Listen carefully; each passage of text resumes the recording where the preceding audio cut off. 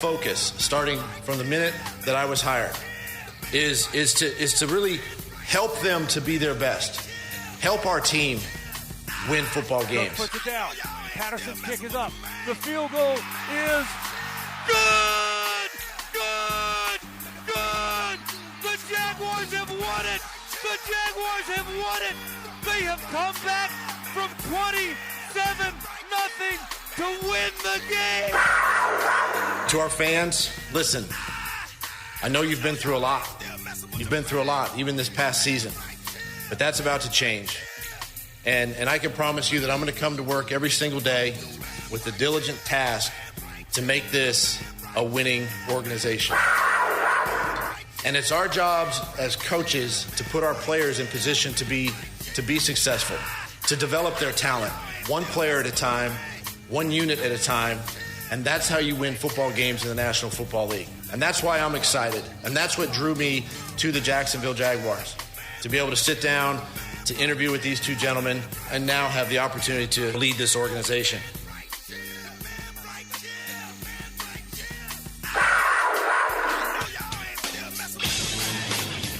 XL 92.5 FM presents Jaguars Today with your host Tony Smith, Tom McManus, and E to the T. Good morning, everyone. Welcome in. It is Monday, a new week here on Jaguars Today. Mike Dempsey on assignment. Tony Smith, Tom McManus, ET here with you as we get this week rolling. Dempsey, I think, is when I was on the cruise, we could say vacation when we knew there was a vacation that had been announced. I think he is doing the vacation thing. Oh, yeah. This week, heading up to somewhere in Carolina. I'm not sure where. He's got family up there. Yep. So going up there to hang out, hopefully for him play a little bit of golf. I know that's kind of his thing. We had last Thursday when we had a little bit of rain in the morning, and it looked like it was coming again in the afternoon. Yeah. And basically every break during the show, he was on his phone trying to figure out if there was going to be enough time, right, to get in however much golf he could get in. How was your weekend, Tom? Great weekend. A little bit of beach time. Got dumped on Saturday after about 10 minutes down at the beach. My meteorologist skills were a little off that day for some reason, but we had a lot of laughs getting home. And then yesterday, all day at the beach for the most part. Beautiful hot day, nice breeze. The waves, I'm not a surfer, but holy cow, the waves yesterday were rolling in all day long. Nice sets and all that, just fun to watch everybody. Just get, it's funny. I've only tried it like maybe 10 times surfing. But you get dumped a lot. I mean, you just get thrashed around. Then you see guys that, they're really good at and they can ride the wave all the way in. But, man, half the time you're just sitting there going, ooh. Yeah.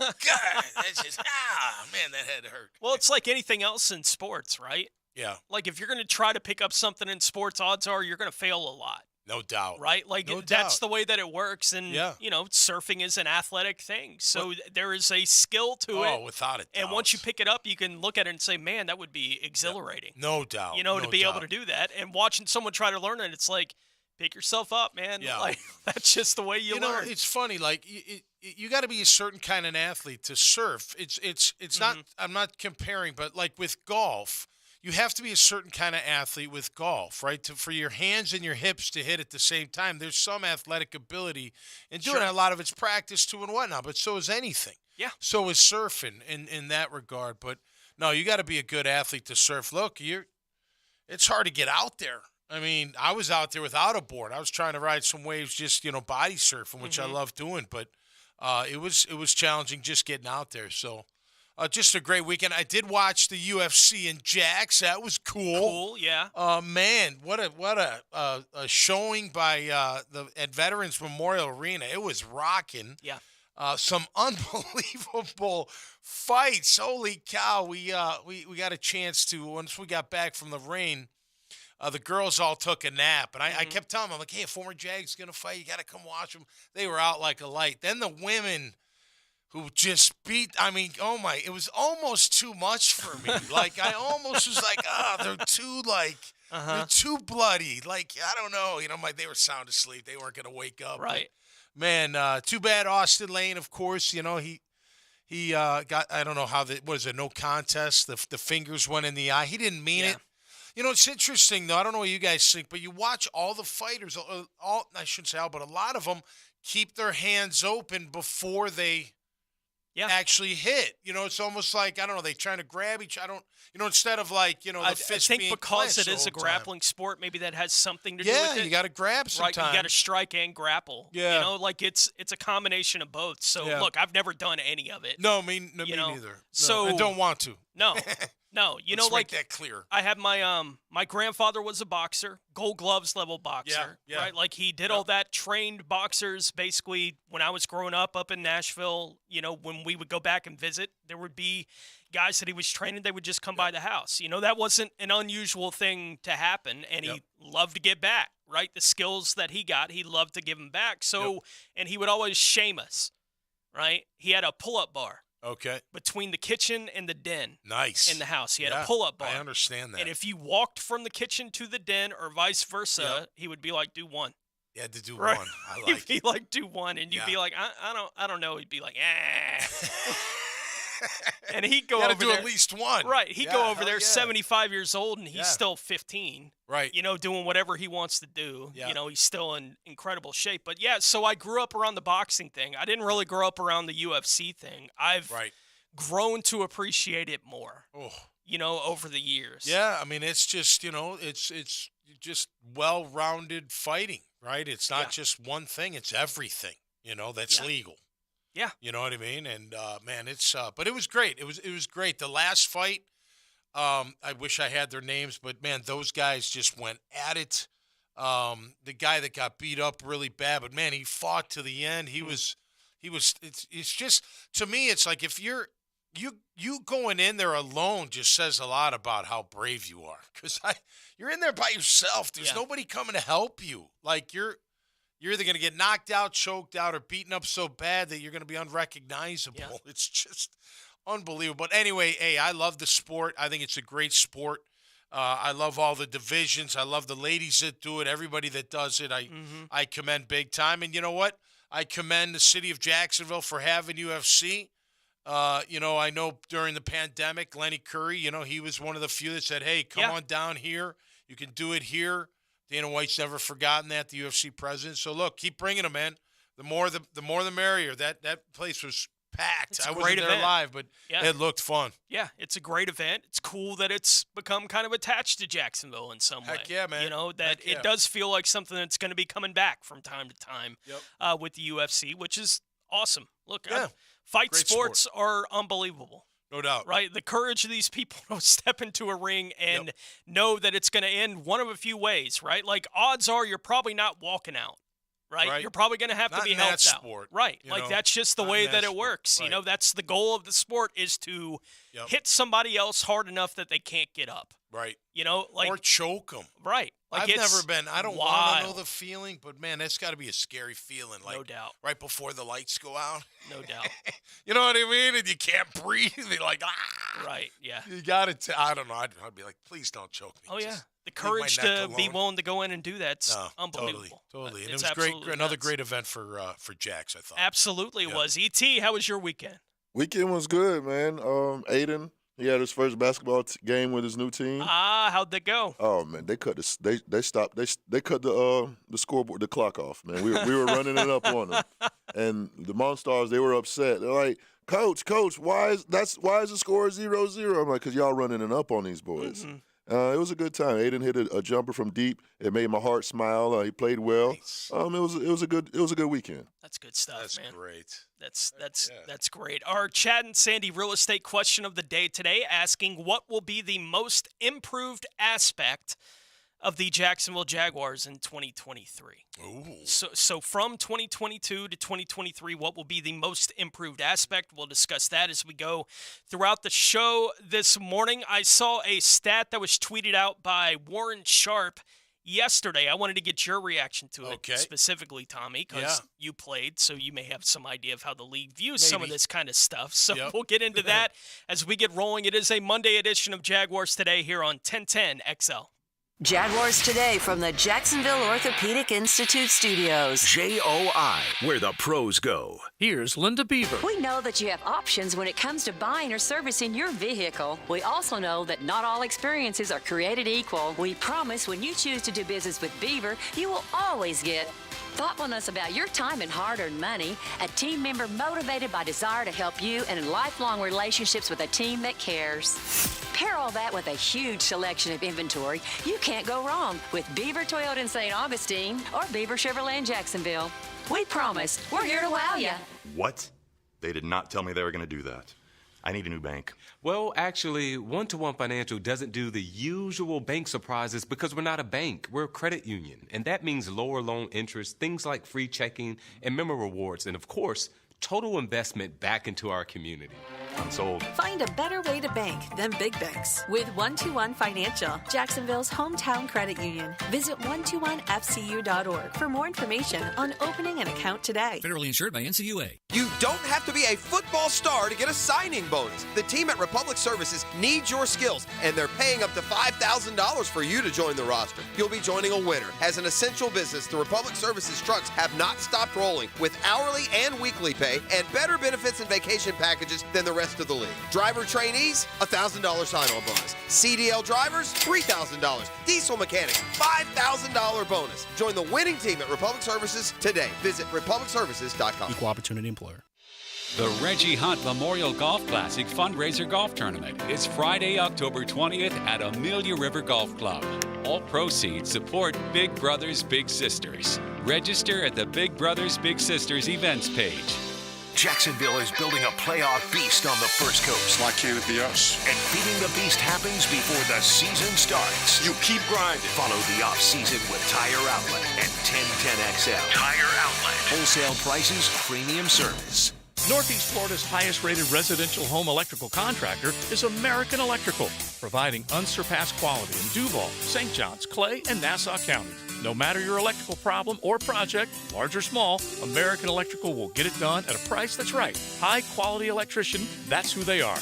Trusted company that's been on the First Coast for decades, proudly serving the community while being a big part of the community. Call American Electrical for all your electric needs at 737-7770. Wired right at a fair price. The First Coast has voted. Jacksonville Orthopedic Institute is proud to be chosen as Bold City's Best in the Orthopedic Practice and Physical Therapy and Rehab Centers categories once again. For the last 29 years, JOI has continually strived for the highest level of orthopedic surgery and rehab care. As the needs of the community evolve, so will they. That's why coaches, parents, and athletes choose JOI. Call them at JOI 2000 or visit JOI.net. JOI, where the pros go. Did you know that many cooling companies are now part of big conglomerates with no connection to Northeast Florida? In the past, they have concentrated on heating and air conditioning, but after a buyout, many add plumbing and electrical services. This raises their overhead, and those costs are passed on to the consumer. It's a case where bigger isn't better, it's just more expensive. Not Mike Merritt's Heating and Air. Mike Merritt remains family-owned and operated. Merritt's focus has been the same for more than 30 years, keeping Northeast Florida comfortable, no matter what the weather. And there are no overtime or weekend surcharges. Mike Merritt's team does not work on commission. They repair only what needs repair and offer replacements only on what can't be fixed. And unlike at giant corporations where you can feel like just another number, with Mike Merritt, you'll feel like number one. Florida license CACO 50384.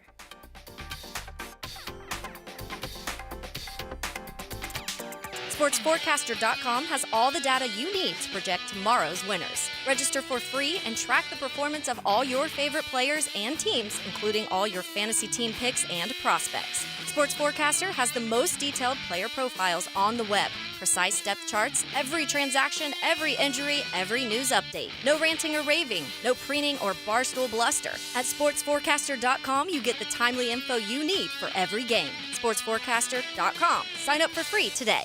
Get more Jaguars coverage from Jacksonville's sports superstation. There it is. Jags on 3, baby. 1, 2, 3. Jags! 1010XL, 92.5 FM. Everything you need to know about the Jags. Jaguars Today on 1010XL.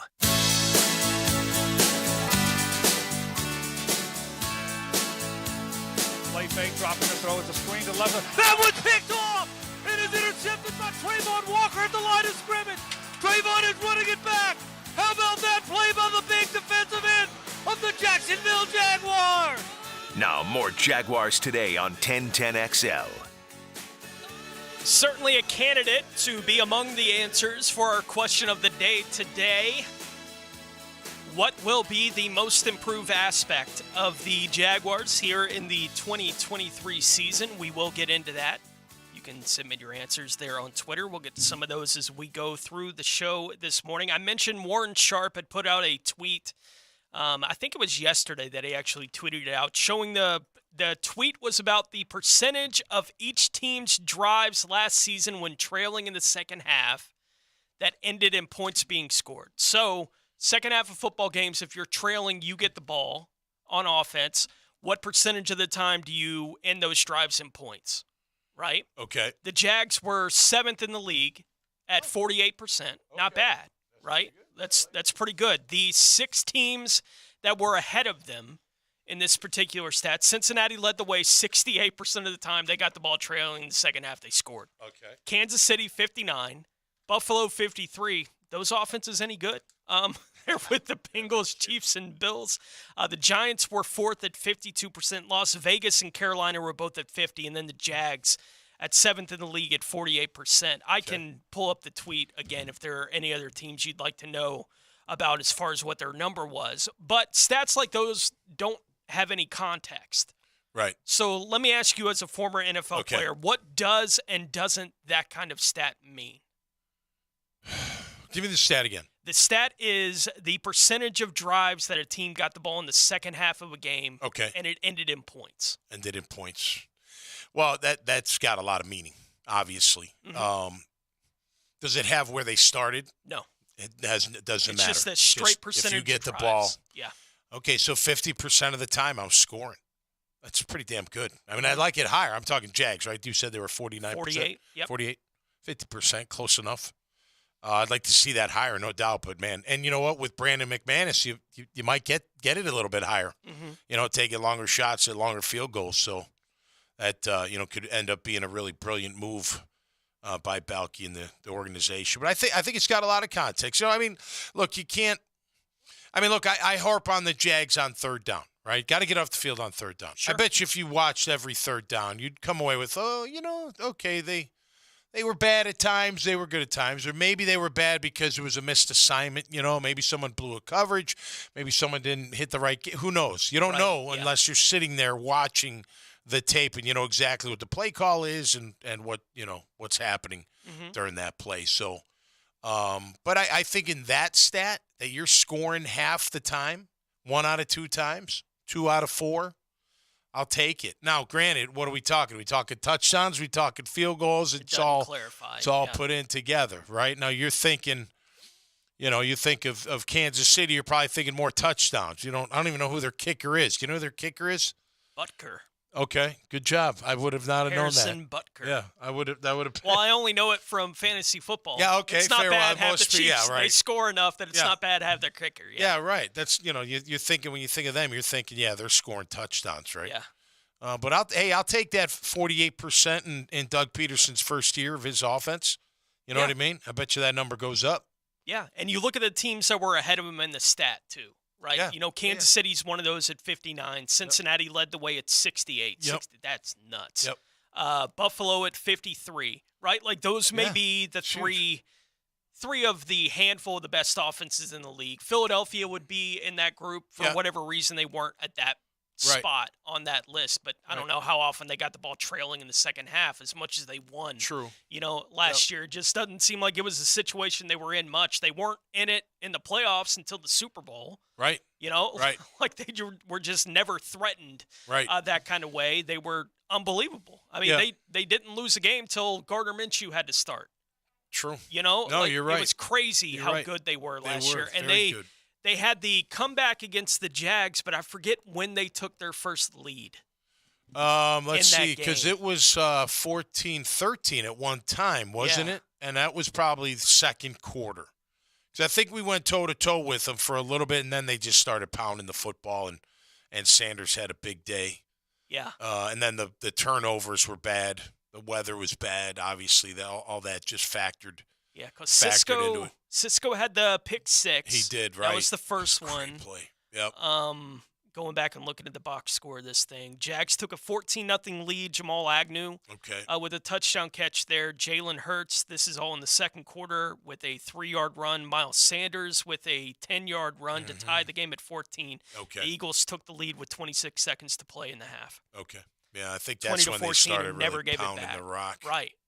And so even in that game where they trailed, right, but that nothing from that game fits into that description for the Eagles. And that feels like that was kind of the Eagles' season last year. Yeah, but staying ahead of everybody and being able to pin the years back and getting 70 sacks on the year, obviously a lot of talent on that. And I will say this, I mean, if Buffalo's at 53, we're at 48, that's nothing. That's only 5 points, baby. That's probably a give drive. me another year and Doug's you're past that, just given the benefit of the doubt. Yeah, you're talking maybe 1 or 2 drives, right? More than ended points, and you're at that kind of number. And again, Brandon McManus may add to that. You know what I mean? That's what he's here for.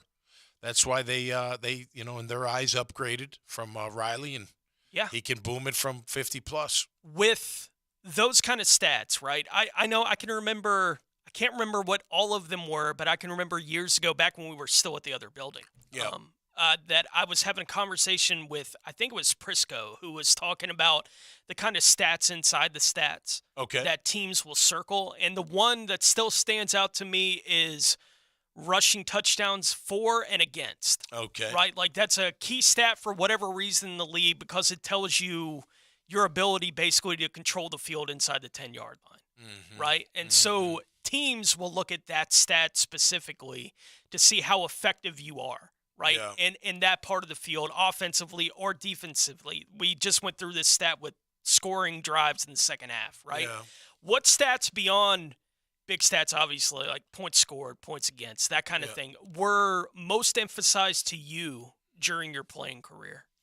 So we had the chart, right? There was a chart where points a game 17 or less, right? Or maybe it was 16 or less. Yards per carry, 3.8 or less. Maybe it was 3.6 or less. I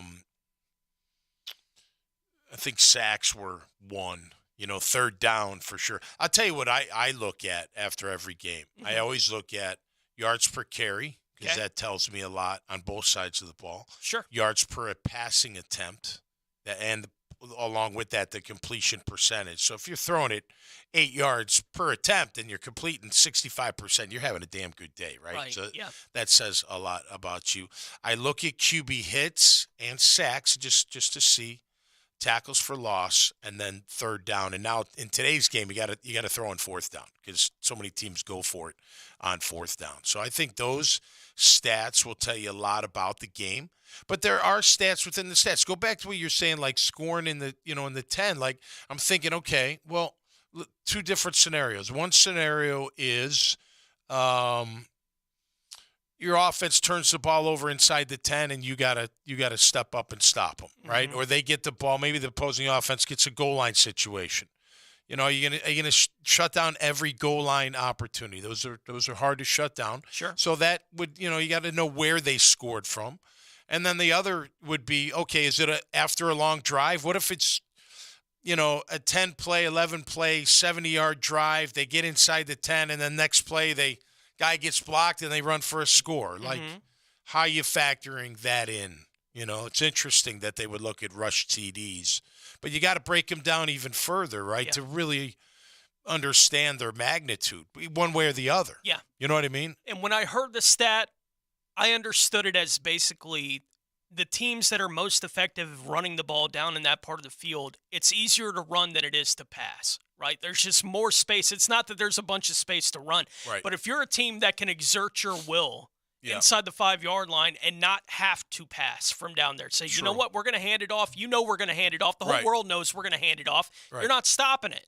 Right? To be able to force your will on the opponent in that kind of way, I think is basically what the rush touchdown scored stat was about. And the ability to force them to do something else was the rush touchdowns allowed. Now, that doesn't speak to maybe you're the most effective teams stopping them from running inside the 5-yard line because you're the worst at defending the pass down there, right? Like, it doesn't combine those two aspects of it. So it's not a perfect stat, but it is telling in some ways about where your football team is in that part of the field. Yeah, and again, like if let's say you get the ball at the 12 and you run it 3 times and you're scoring on the 3rd time. Yeah, my rush defense, were terrible.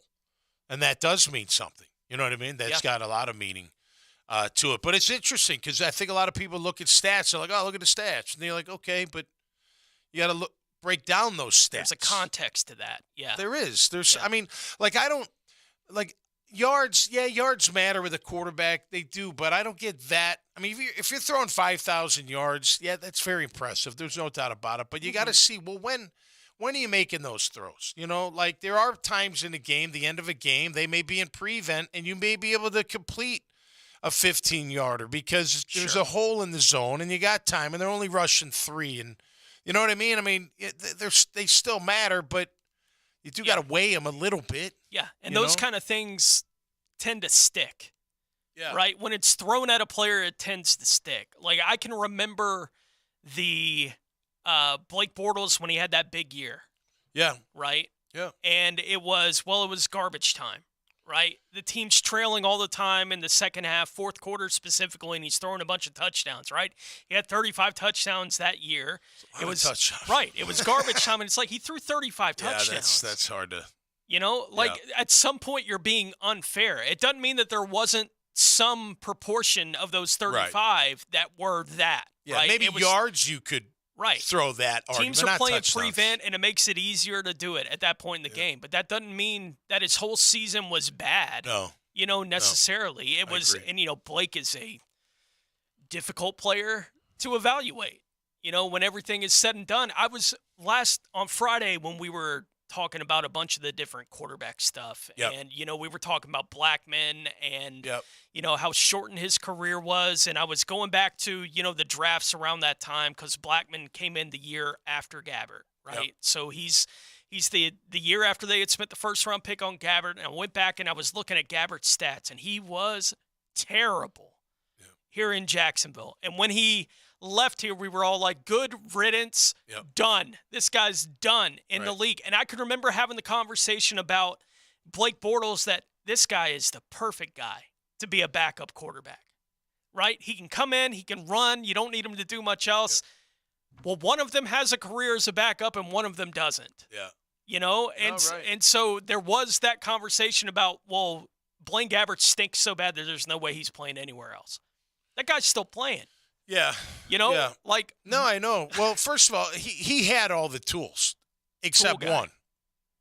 Toughness. And that was that pocket toughness. Yeah. Blake had the pocket toughness. I mean, tough dude. Yeah. I mean, and he was a sandlot kind of player. Yeah, if he had nothing else, he had that. He did. He had that. And I liked him from that standpoint. And he even admitted, look, I'm not a pure thrower. I'm not. But you know what? When he got under there, listen, man, he was a gritty player. No, he didn't throw the most beautiful ball, but look, the touchdowns. Hey, touchdowns are touchdowns. Nobody's giving up touchdowns. Mm-hmm. They may give up yards, they may give up a first down, but no. I mean, like if you got a goose egg going, you think you want to give up a touchdown? No, you want a shutout. You know what I mean?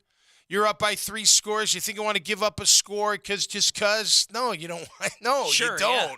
You don't. You want to stop them from scoring. So the scores, I won't say are garbage time. Yards, I think I don't like calling them garbage time because you still got to make the throw. You still got to make the catch. It still has some value. But look, a lot of times teams do go in prevent.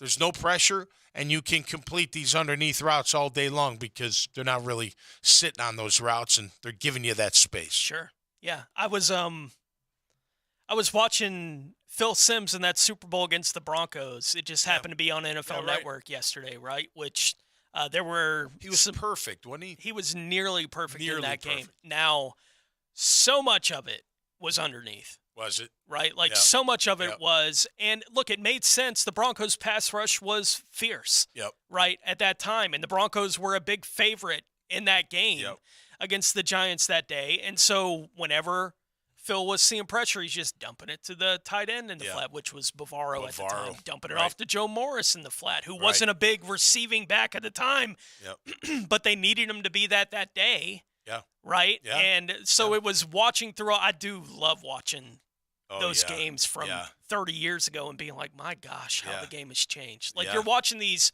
quarterbacks with these helmets, and it's like, oh, they look like the helmet that I used to wear in the yard. Yeah. Right. No like, doubt. compared to the equipment these guys go out there with today, it's just crazy. And the pads that are all tighter to all these guys, like, it is just a different game. And again, like I had a couple weeks ago when I was watching San Francisco Cincinnati in a Super Bowl, and it like I started playing a game in my head. How many of the hits on the quarterback are a penalty now that weren't a penalty then? No doubt. Right? And I'm watching this game. LT's killing Elway. Yeah. Right? And it's like, that's a penalty. Yeah. Right? Like, I know. Right? Like, he's not even allowed to do that anymore in today's game. So, you know, and I'm not saying it's necessarily bad. Yeah. Right? The game is great. Yeah, right, yeah. You know, but it is missing something. Yeah. Right? With I think you should be able to land on the quarterback. I think that's pretty ridiculous. I'm sorry if they get hurt. You're going to get hurt. A running back can get hurt being tackled. It happens. I mean, a wide receiver, tight end, and I know you don't want the quarterback to get hurt. I get it. I agree with – I mean, back in the day, I mean, if you split the QB's chin, you were like, yeah, he's bleeding. Got him. Yeah. You know, you're laughing. You're like, damn right, I'm going to hit him again. I can't wait to get him again. I'm okay with that, right? That's fine. But landing on him, I mean, just if it's a normal tackle. Yeah. You know what I mean? There was like one moment, like none of that stuff bothers me either. Like I don't mind watching defensive guys when they get the clean shot, they got the clean shot. You earned it, man. That's hard to do, right? Like it's hard to time it where you actually get that kind of thing. Yep. I was watching a punt return where there was a peel back block where the guy got absolutely murdered on the block. And he's just like, he's one of those, you know, like looks like an insect, cockroach with his legs in the air, like one of those kind of things. Now, he was the starting safety for the Giants at the time. So he was in the defensive huddle, basically where he got laid out, right, on the punt. And he was okay until the Broncos got on the field and it was time for the next snap and he couldn't get out of the huddle. Wow. Right? Like took one of those kind of shots where he couldn't get out of the huddle. So I'm like, wow, how the game has changed, man. No doubt. That you're allowed to put that kind of block on. Yeah. And that you would just have a guy on the field that just can't get up. It's funny. On Twitter today, I saw a video of Burrow when he was at LSU just totally decleated in a similar type fashion. I think he must have thrown a pick or a fumble. Somebody hunted him. I mean, that's what you would do. You'd hunt the QB, number one. And if you couldn't get to him, you're hunting somebody. Yeah. Like you're hoping, especially the big dudes, that they're not looking. You don't want them being able to turn and look and face you because then you got a problem. But if they're not looking. But, you know, I tell you one thing, that, and I'm glad they're done with that one.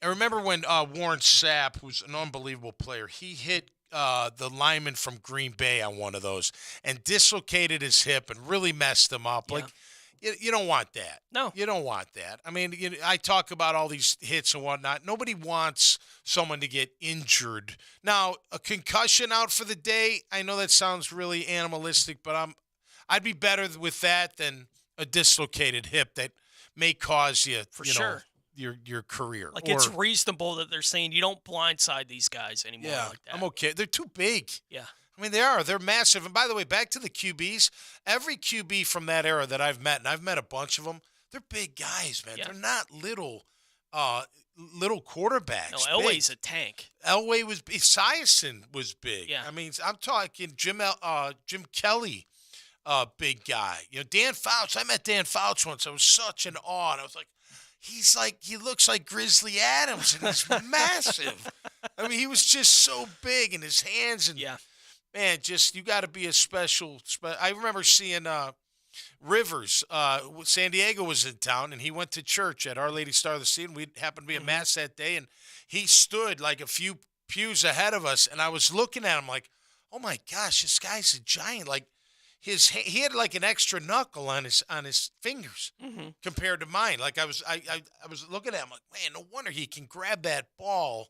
Because I don't know if you've ever grabbed a real NFL ball. I mean, it's a pretty thick and big thing. It's like how do they do what they do? Right, you got to have the mitts. Yeah, most of them got to have the big mitts. So No doubt. You mentioned the CBS rankings of the top 10 corners, right? Yeah. Well, that got me thinking. I had seen something last week that we hadn't brought up on the show yet, but we'll go through CBS's top cornerback rankings and comment on that. Yeah. Well, Next Gen Stats also put out their top 10 coverage players of 2022 based on their own stats, and we'll go through that list as well when we return, as we are asking today. Our question of the day is let's see, let me get back to it here. What will be the most improved aspect of the Jags in 2023? Tony Smith, Tom McManus, ET here with you on Jaguars Today on 1010XL.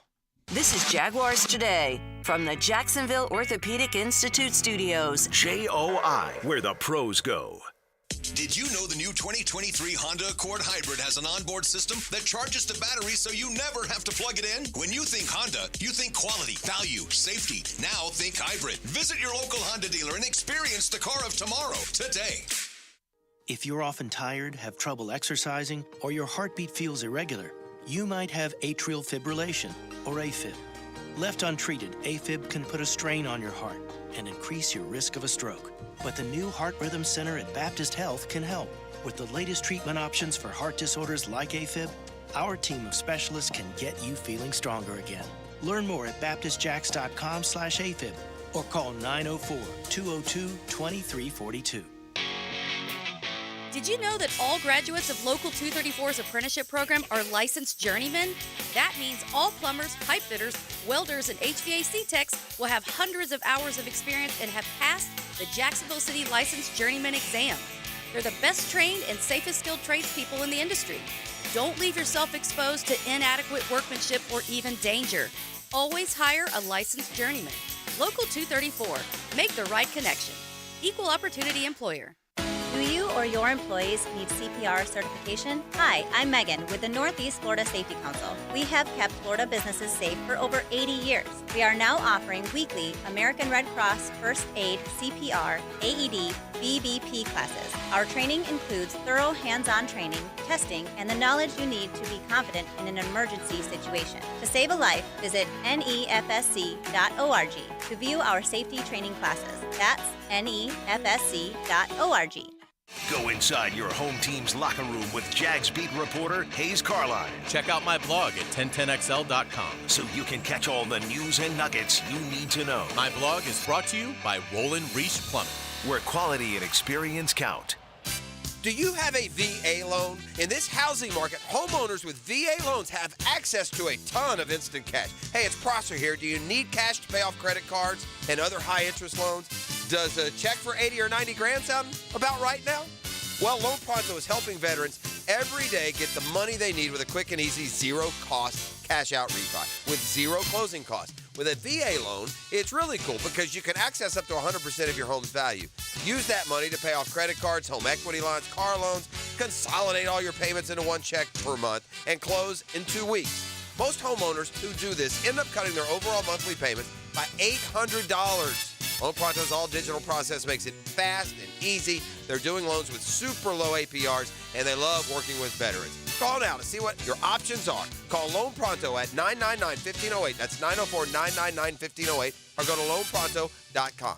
Equal housing lender, NMLS 1661781, subject to lender approval. Hacker here for the Sausage Dudes. Look, you know I'm a sausage guy. And the Sausage Dudes, Paul and Patrick, make some of the best sausage I've ever tasted. Their high-quality pork and spices separate the Sausage Dudes from the pack. Try their 4 flavors, including Italian, Polish, Hungarian, and beer bratwurst today by picking them up at any Publix in the Jacksonville area. The 4th of July is right around the corner.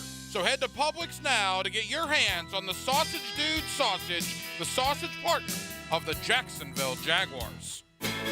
Are you tired of having a plain and boring backyard? Really want to impress your family and friends this year? Then stop by Stone Core on Phillips Highway. Imagine hosting guests at your new outdoor kitchen, relaxing by your custom-built fireplace under a brand new pergola. Stone Core can also remodel your old pool deck and beautiful new pavers.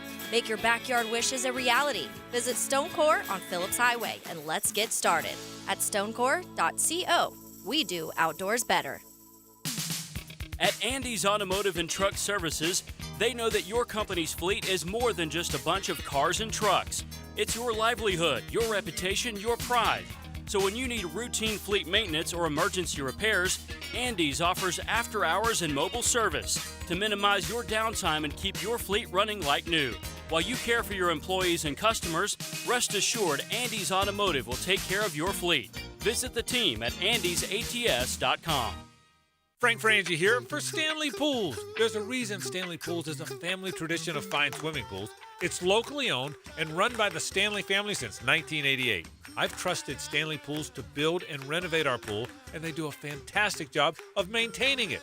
I've recommended Stanley Pools for years for pool construction, repairs, maintenance, and renovation. Call Stanley Pools at 269-7277 today to transform your backyard. That's Stanley Pools, 269-7277. Summertime is here, and it's time to cast those worries out. And Royal is here to help you do that with our Summer Termite Special, featuring Centricon. Starting at just $249. That's right, I said $249, and that's installed. Visit RoyalPestServices.com. Cruise to victory lane with 1010XL. Here they come, checker flag! Sunday at the Chicago Street Race. Brought to you by the Plumbers and Pipe Fitters Local Union 234. From Jacksonville's NASCAR station, 1010XL. Jaguars Today On 1010XL.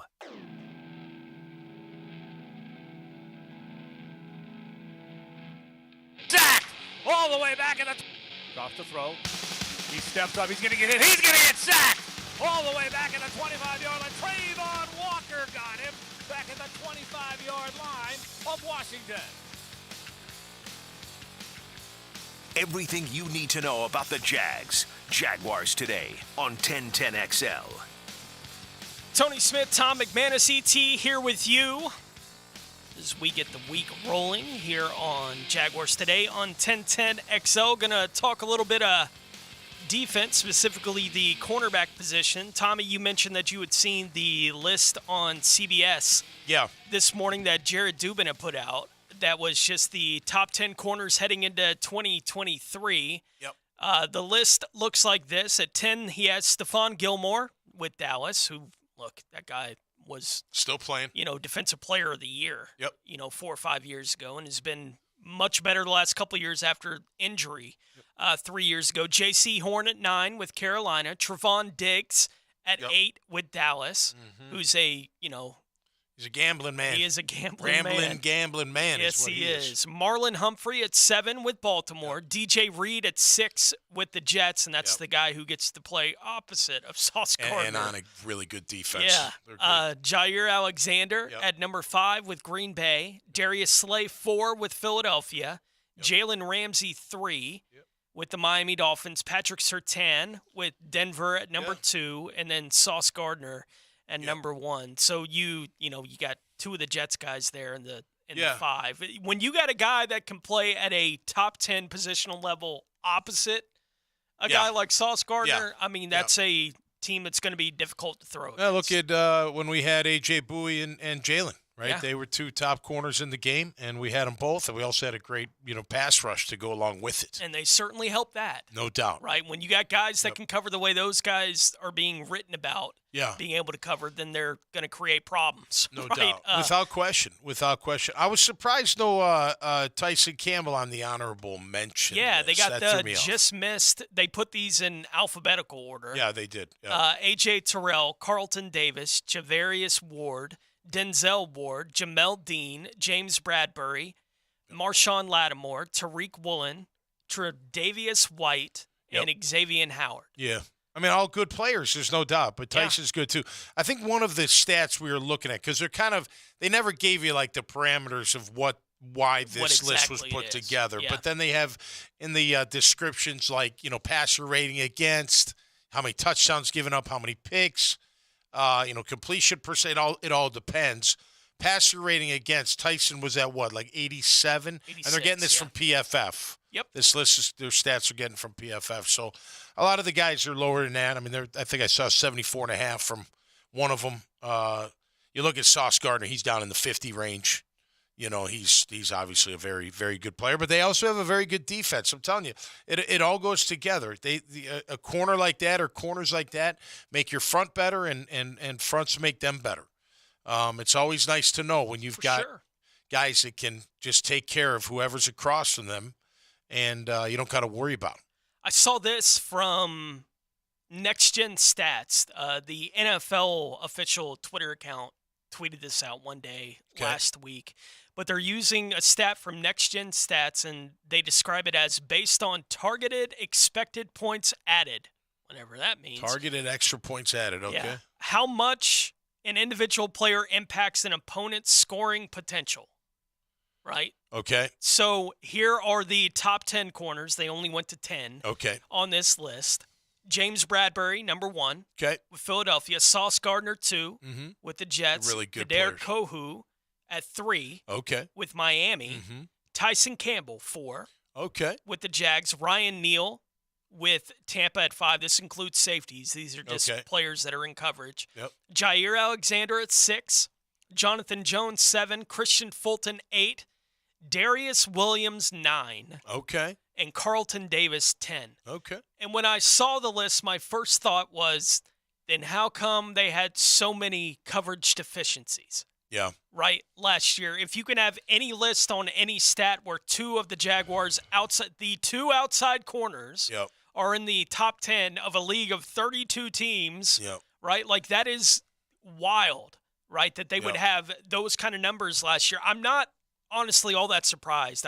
I do think both are good players. Oh yeah, without a doubt. And Tyson Campbell has a chance to be a great player in the league when everything is said and done. But what's the deficiency that you could have guys that are that skilled in coverage and still have the issues in coverage that the Jaguars have? Well, they're outside guys, so they can obviously take care of their, whoever's across from them, do the responsibility of the coverage that they're in. If they're man, they got them. If it's 2, 3, 4, 0, whatever the case may be, they've got to do it right. Look, all I can say from a macro point of view, too many times last year that quarterback was just sitting there with all day long to throw the football. And a lot of underneath stuff, a lot of quick stuff. So, look, can you have success on the outside with not being very good on the inside? You can, no doubt about it. And we know there were issues in coverage, or Devin Lloyd wouldn't have been sat down for a couple games because of that, which should be all taken care of now. I'm looking forward to seeing what he does in year 2. So I could see that, And again, you can't. You can only do so much in coverage when you don't have pressure. I'm telling you all the time, it doesn't matter to me. If your quarterback has time in the pocket and you're in zone especially, he's going to have a window to throw it if you don't get pressure on him. If you don't collapse that pocket in front of him and get push and make him move and make that timing a little off, make it just a little bit off, he's going to complete the throw. I don't care who's in coverage. I don't care, especially in zone. Man-to-man, a little different. You got a lockdown guy that can take man all across. Yeah, you have a chance there. But I'm telling you, without a rush, a consistent rush, quarterbacks will make the throws. They're that good. Yeah. I also saw PFF had put out, they're going position groups, right? And ranking them, putting out a different group each week. Yeah. I saw they had their linebacker group rankings out, right? And they got the Jags at 18. And when they're talking about linebackers, they're just talking kind of run defense. With the guys? Jags they're in a 3-4, so the inside guys. Yeah, the inside backers. Right, essentially. They'll have edge rushers. That's a different category, right? That's where Josh and Trayvon would be. So for the Jags, they have them at 18 in the league. Here's the write-up they have. The Jags have a ton of interesting potential at the linebacker position, led by Devin Lloyd. Lloyd flashed that potential in the run game, finishing the year with a solid run grade last year. Foye Oluokun and Chad Muma also showed flashes, each posting run defense grades just above Lloyd's mark. However, this group struggled mightily in the passing game, with Lloyd and Oluokun combining to allow 1,536 yards into their coverage. Lloyd's 32.4 coverage grade was 4th worst in the NFL, and that performance heavily contributed to Jacksonville's struggles defending the middle of the field. If there is reason for optimism, it's that Lloyd had similar difficulties in coverage during his first 3 years at Utah. He broke out of them in his final year, posting an 82 grade that propelled him into the first round. So when I'm looking at, you got a bunch of corners that are ranked where they're ranked. Right. So what's the deficiency? Well, we know what it is. It's in between the numbers. Yeah, the linebackers couldn't cover last year for whatever. And Devin Lloyd is the chief of that. From not that stat, happening it appears to be, yeah. So maybe there is a step up. I'm not going to lie, I get nervous with that last sentence, right? Similar difficulties in coverage during his first 3 years at Utah. Yeah. Had a big senior year Yeah. in coverage. So who is he? Right? So 4 of the 5 years playing at a top level of football, the NFL, we saw what it looked like, right?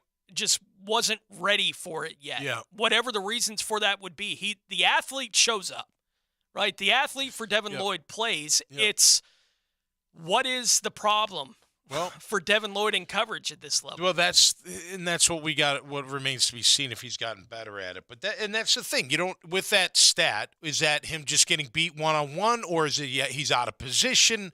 He doesn't know what's going on out there. That type of thing. That's why you gotta, you maybe.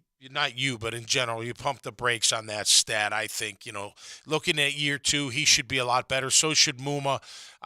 Look, are they the best coverage backers? No, they're not, but they can get the job done with pressure, without question, in my opinion. And look, why do nothing happens in the NFL without reason, Tony. Why do they draft Ventrell Miller? Why? Because he's got speed and he can probably cover.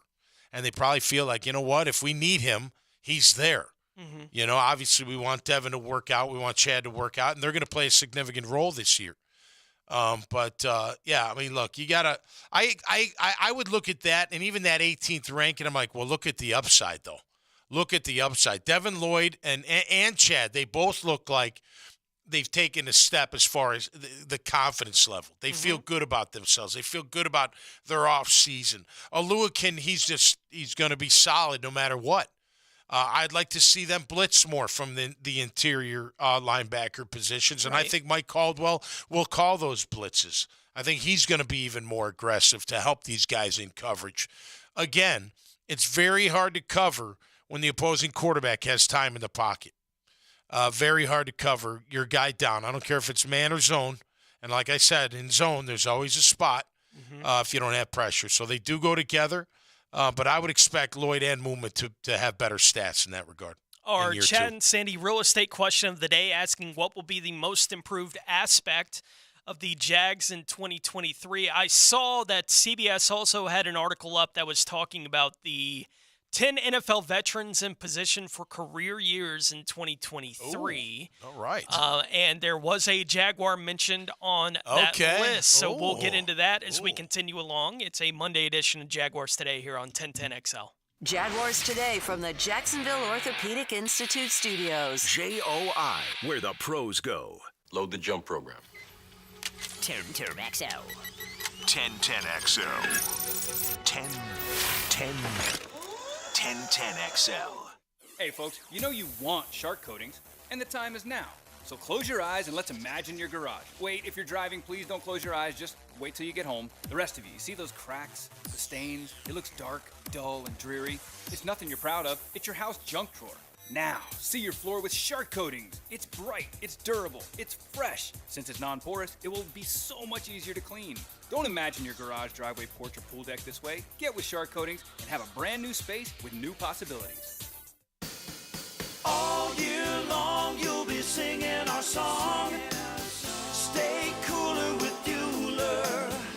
At the head of our class, we make it happen fast. Stay cooler with Bueller. For heating and air, we always play fair.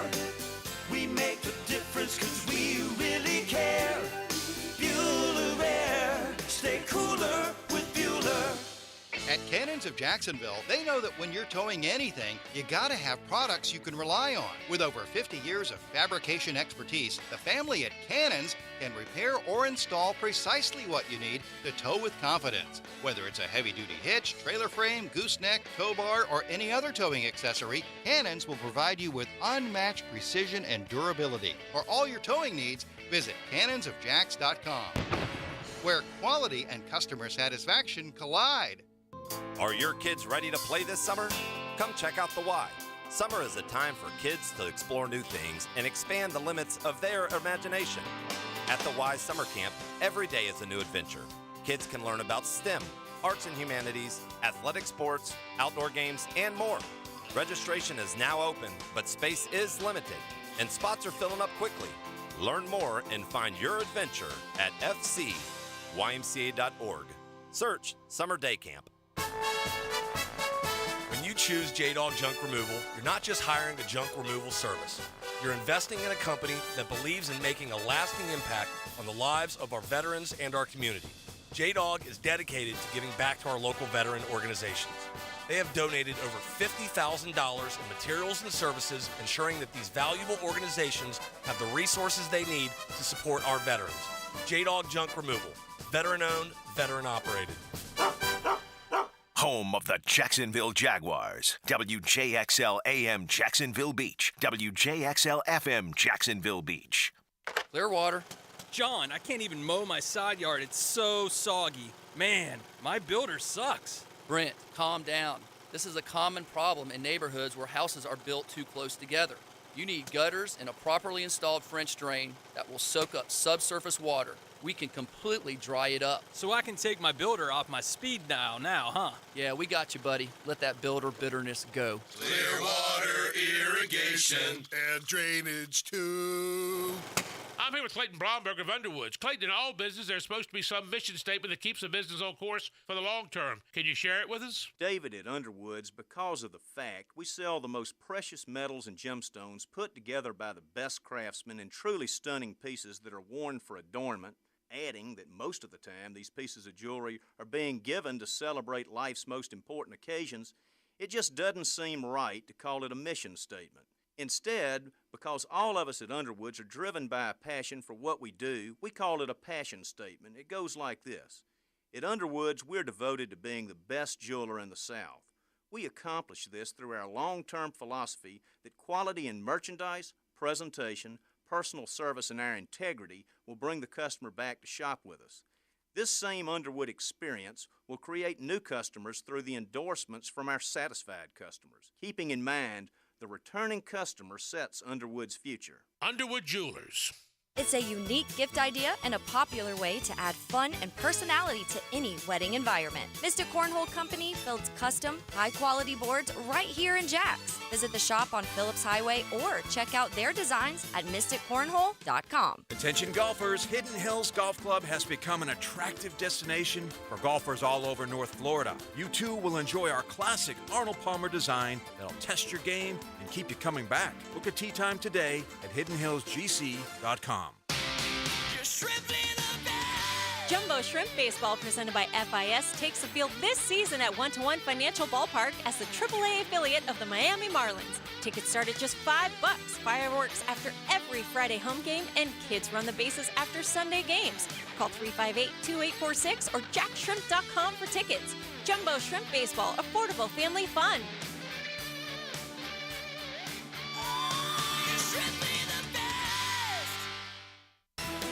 I'm Taylor Dahl with your 1010XL local sports update, brought to you by Royal Pest Services. The Gators were out to prove a point yesterday after falling in Game 1 of the finals against LSU in extras 4-3. They won Game 2 24-4 yesterday afternoon in Omaha to force a Game 3.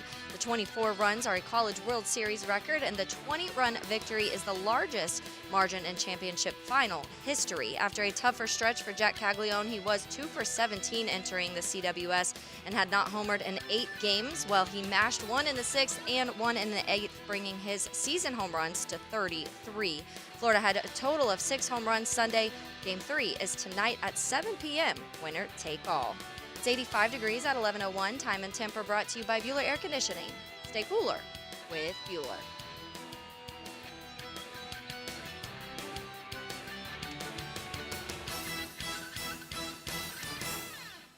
This is Jaguars Today on 1010XL. Dropping the throw, looking, fires left side. That ball is going to be intercepted by Tyson Campbell. He broke in front of the receiver and he picks it off on the far sideline at the 42-yard line. Jaguars Today on 1010XL. Yeah, the Jags simply don't beat the Titans without Campbell's second half interception. last year in Week 18. You're right. That was Without a one doubt. of the biggest plays in that game. Yep. And put them in position to, potentially win it. Yep. And we talk, and rightfully so, about the fumble return for Josh Allen that actually sealed the deal, basically, for the team. But Tyson's interception was big. A big, big moment Yep. in that football game. I mentioned that CBS also has an article up. The title of the article, 10 NFL veterans in position for career years in 2023. Right, okay. It's written by Garrett Podell, who includes a prediction of this season's Geno Smith, which doesn't mean much to us. We don't need, a guy trying to rebuild his career. Our guy is building a career in Jacksonville right now. But some of the names that are on this list, again, there's only 10 names. What's the vet, like you're not a rookie anymore, or are you a 3-year vet, 4-year? They is there don't a parameter? say what the minimum is. So you're not a rookie. But it's not a rookie. Okay. It's basically the way they went at this list. Okay. Given by this fact. Offensive players, the first one they list is Justin Herbert. Okay. Right? Which, wow. If that dude has a career year on top of the years that he's already had. Right. Well, and last year was a little bit less than the first two. I mean, his first 2 years were on fire. Yeah. Third year was still a good year, but not like the first two. Yeah. And the injury, to whatever extent it bothered him. Yeah, right. And, with Keenan Allen and Mike Williams in and out of the lineup a bunch for that football team last year, problems. too. They lost their left tackle last year, didn't they? Slater, did. didn't he go down early? He did. Yeah, so. He did. He should have a good year. They got Herbert there. This is their Geno Smith pick. Baker Mayfield, which, we'll see what he's able to do in Tampa. Down. I mean, sometimes he's good, but sometimes he's not very good. Yeah. We'll see about that one. Running back, they have Tony Pollard. Okay. That's the third player he's a mentioned. beast, DeAndre Swift. Okay. Who's making the move now to Philadelphia from Detroit. Oh, jeez. Add to the weapons. Yeah. Rich get richer. DJ Moore making the move to Chicago. Yeah, that should be good. He had 63 for 887 and 7 touchdowns last year with Carolina. Well, Fields needs him big time. Defensive side of the ball, they got Bradley Chubb. Okay. They got Carl Lawson, the defensive end for the Jets. Yeah. Draymond Jones. Didn't he get hurt last year? He's a good player. I like him. I liked him he out had of college. the Achilles injury in 2021. Okay. I think in the write-up here. So I don't know how much he played last year. No, it should be even better. Year removed. Yep. Draymond Jones, the Seattle defensive tackle. Okay. Coming over from Denver. Yep. And Charles Omenihu, who was a rotational piece in the 49ers defensive front. Okay. He signed a 2-year, $16 million deal, I think it was, with Kansas City. Okay. So now he's going to be among their starters, so he's going to be lining up next to Chris Jones quite a bit. So the potential for a breakout year, you can understand that. That's 9 of the players that were mentioned. The 10th is a member of the Jacksonville Jaguars. But he doesn't have to be a free agent this year. Like they signed him this year? Or no. Just a veteran on this is team? just a veteran player for this football team. Who would you – well, you know the answer. But I know the answer. Who do you think would be candidates for that for the Jags? Well, if Trayvon's considered a veteran, he's got to improve. But I'm going to go Foley, Vadasaki, man. He needs to have a big year. If he can stay healthy, he can be a disruptive player on that defensive front. Mm-hmm. So, anybody on offense? On offense, Ingram. Could he have an even better year than he did? He's coming off a career year for him. Yeah, how about Ridley? We'll go with Ridley. Okay. The player they went with was on the defensive side of the ball. Okay. Josh Allen. Okay. And the write-up for Josh Allen has a knack for making clutch plays. True. Look no further than the fumble return for a touchdown that clinched the AFC South. The 7th overall pick in the 2019 draft is like many in Jacksonville who have seen their development stunted on cellar-dwelling squads led by former head coaches Doug Marrone and Urban Meyer. Now, his Jaguars are the AFC South favorites for the foreseeable future, thanks to face the franchise quarterback Trevor Lawrence's development under Super Bowl winning head coach Doug Peterson, the newfound offensive support, plus Allen's career quarterback pressure percentage, 12.9%. This was the stat that kind of stood out. 12.9% in a neighborhood with Pro Bowl Raiders defensive end Max Crosby at 13.1, Pro Bowl Chargers outside linebacker Khalil Mack, whose career number is 13, and Pro Bowl Panthers outside linebacker Brian Burns, 12.9. Since 2019, should present plenty more sack opportunities while playing with the lead more frequently for a player who hasn't hit double digits in that department since his rookie year in 2019 when he had 10.5. The pressure percentage number there being on par with Crosby, Mack, Burns. Yeah. I mean, that's really good company for a guy like Josh Allen. Look, we've talked about it over and over again, right?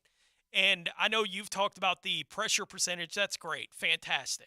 Yeah. Are you getting the quarterback to the ground is ultimately what you're going to be judged on. Yeah. It does feel like, for whatever reason, especially last year, his quarterback hit numbers don't match the sack number. Yeah. Right? They just don't. Usually about half your quarterback hits are going to end in sacks, and it was about a third of his quarterback hits ended in sacks. So he had a season that was more statistically in line with a guy that you would expect to have 11 or 12. Yeah. Is what he looked like last year. And watching him week to week, that's what it felt like.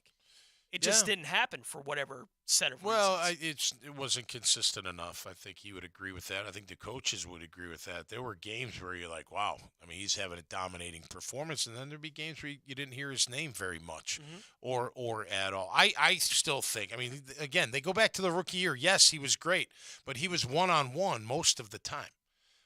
Today, where do they slide their protection when they go against the Jags defense? They're going to Josh Allen. Right? Now, I'm not saying they don't ever go to the other side, but for the majority of the time, they're more worried about him than anybody else on that defensive line. That's why I think Foley's got to have a big year. So does Roy Robertson-Harris. You got to have that presence. Go back to his rookie year. Calais Campbell was right next to him for the majority of the time. And then you had Ngakoue on the other side, so they couldn't double everybody. Right. And who would and pick your poison there. Who are you going to leave unattended? You're going to leave the rookie unattended. You're going to leave him one-on-one. I can't not double Calais, and sometimes I got to double Ngakoue back in that when they were all together. So I think, again, you got to have the other side, and you got to have the guys next to you on a D-line. They all work in conjunction with one another if you want consistent pass rush. And, look, I've said it over and over again, but I don't think it's unexpected that when Roy Robertson-Harris picked it up last year, Josh Allen did too. Yeah.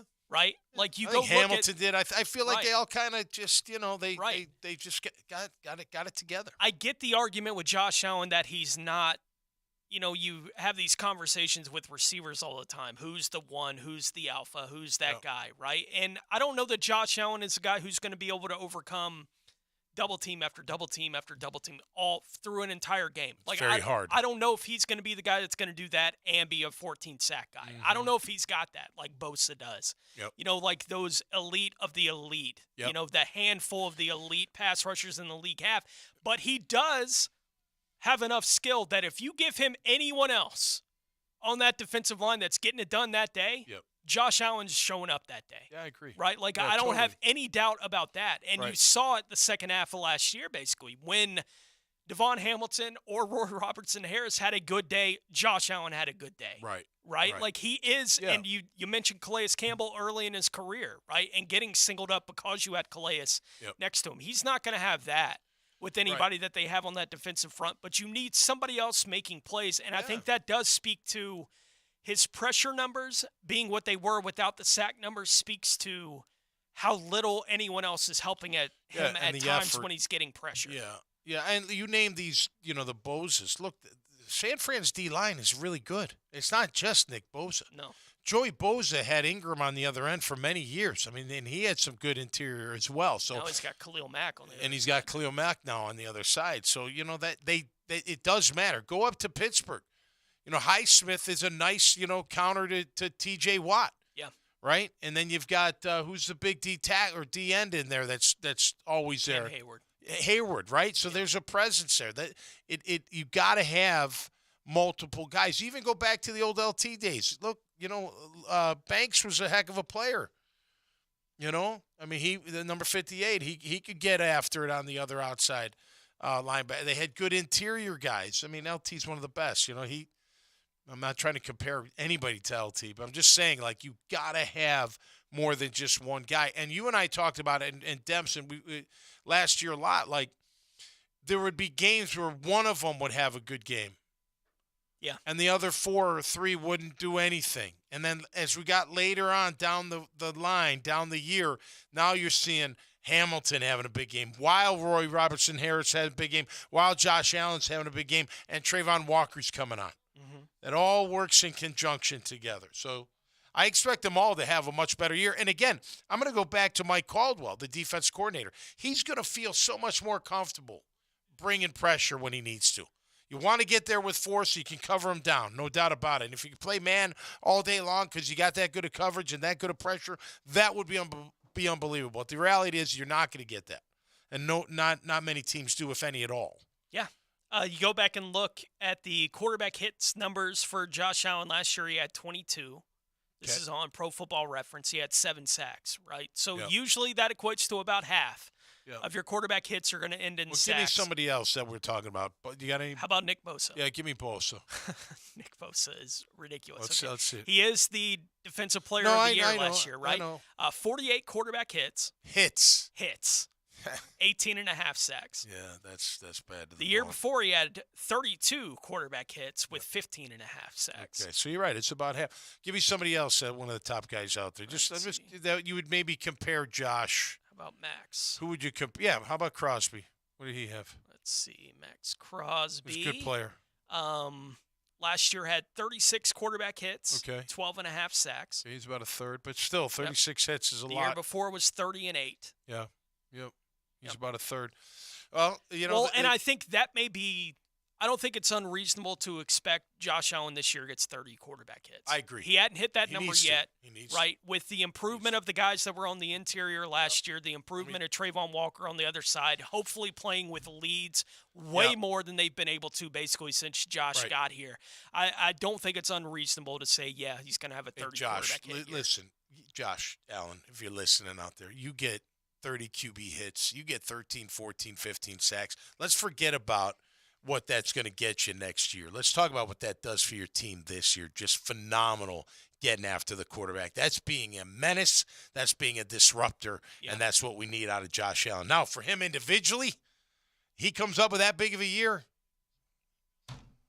you're going to have a humongous payday, and good for you. No doubt, man. Good on you for doing it. So Earn it. He's got a chance to – again, he can't do it alone. If he's doubled all day long, no, those stats are really hard to come by. No doubt about it. Like I've said since the Josh Allen extension conversation has been happening that I'd be willing to do it now, right? Like I'm not afraid to give him – that 4 years, $80 million. I would be willing to do that now. That's the kind of player that I think he is. I understand anyone out there who's saying, show me, right? I mean, it's okay, let me do devil's advocate. Sure. You give him the contract. Yeah.